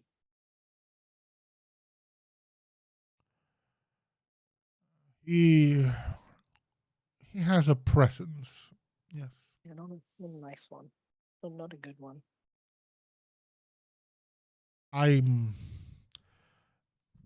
Let's leave it there. I love you. I love you too, sweetie. And don't worry. And I know where your head is going. You're worried that he's going to show up in the future if you have a kid or not.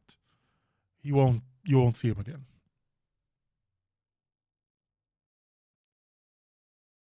His only interest is some weird obsession of just keeping things going. I never got it, but my grandfather was like that. He was like that. Giovanni always was the rebel, so he's different. But let's leave it there. I also want you to know that I did this to be closer to you. Nothing to do with anything he wants from me.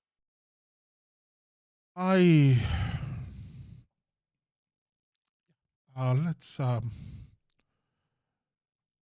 leave. We'll talk later, Errol. Hey, Mum? Yeah? I closed a window. You hear a chuckle. It says, "Talk to you later, sweetie." And but you hear her voice is trembling, where she hangs up.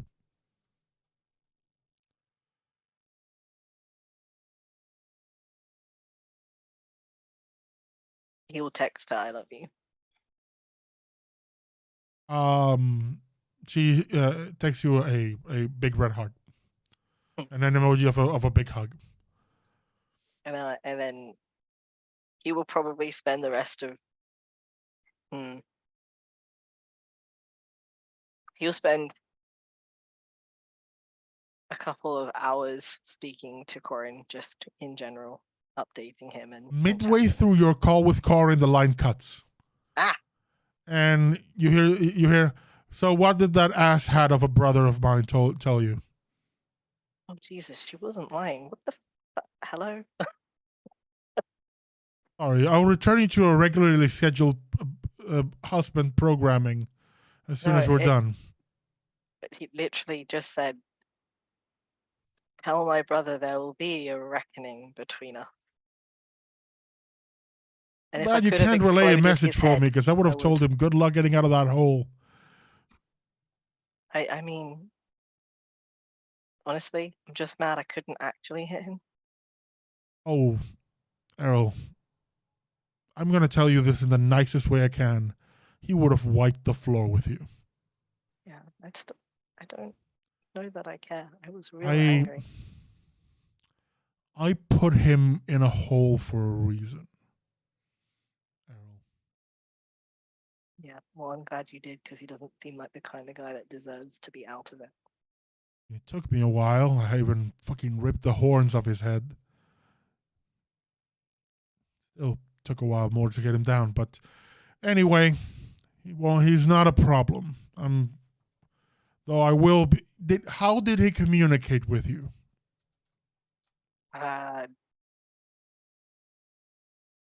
Errol struggles to figure out how to explain it and settles on like astral projection. He was there, he locked the doors, but he wasn't corporeal.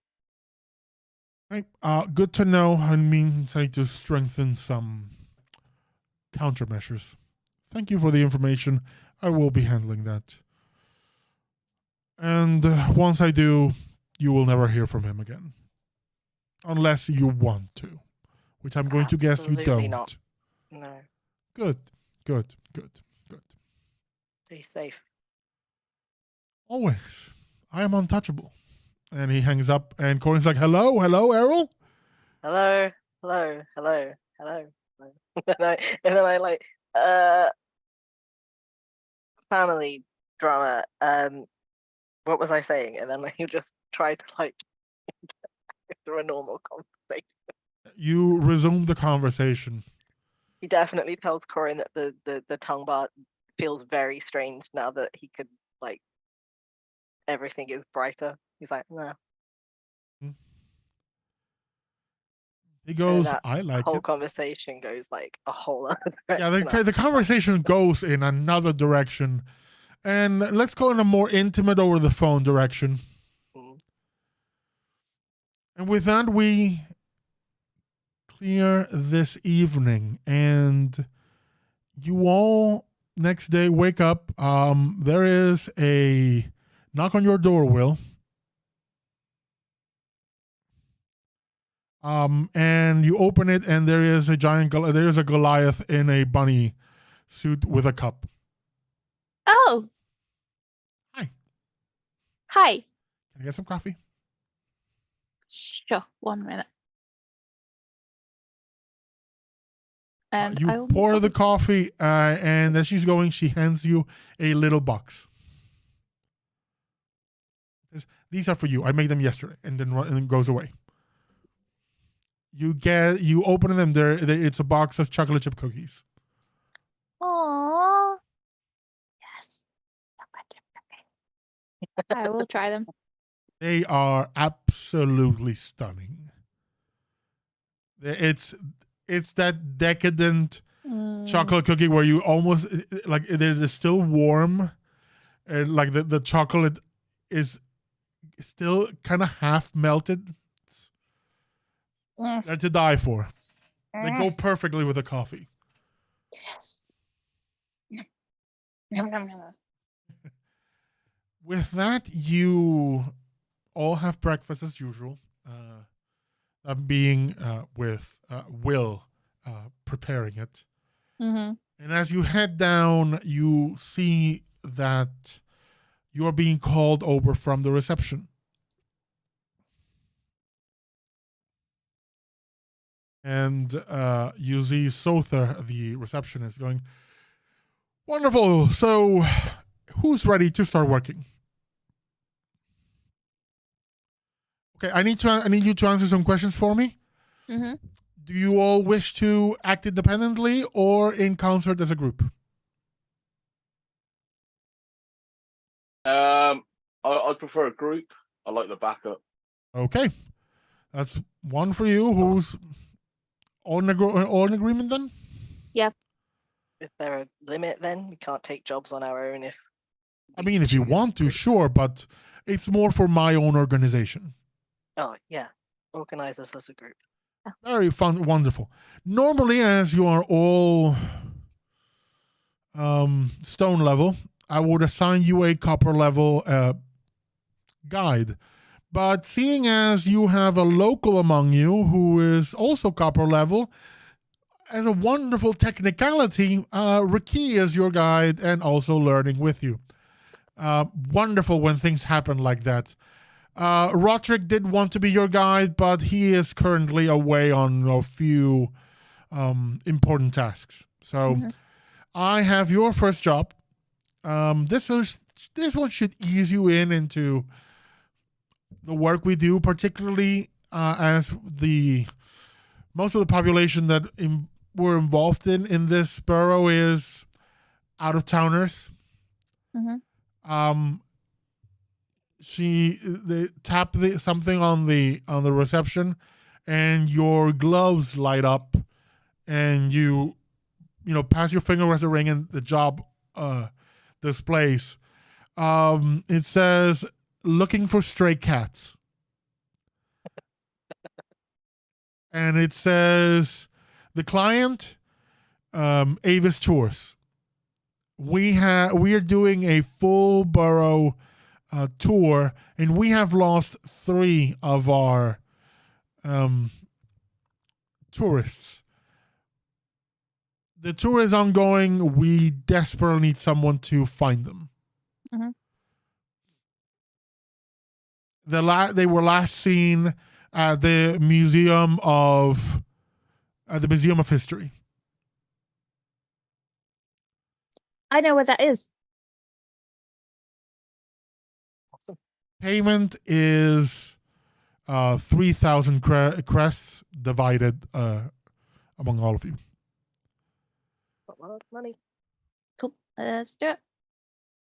And Will, as you are heading out, your eye catches a name on the board. You see Alondra, Mhm. gold level. Woof. And that is where we're going to leave our session, as you are all heading off to your first task, which we will look into next time. Next time will also be our last game of this year. So be here and watch as things happen, as our party of new seekers actually does some jobs. Stray kittens. Looking for stray cats. So that is going to be it for us. Before we head out, quickly go around the room and people can tell you who they are and where you can find them, if they wish to let you know where you can get them in the dark corners of the internet or in that cult hive. So Kat, take it away, and you pick where goes next. I am Kat. I have been playing RaQui MriTtyur. I will go over to Nate. I'm Nate. I've been playing Errol Reminash, the Cragring Fighter. You can find me on Twitter as Finest Sidekick.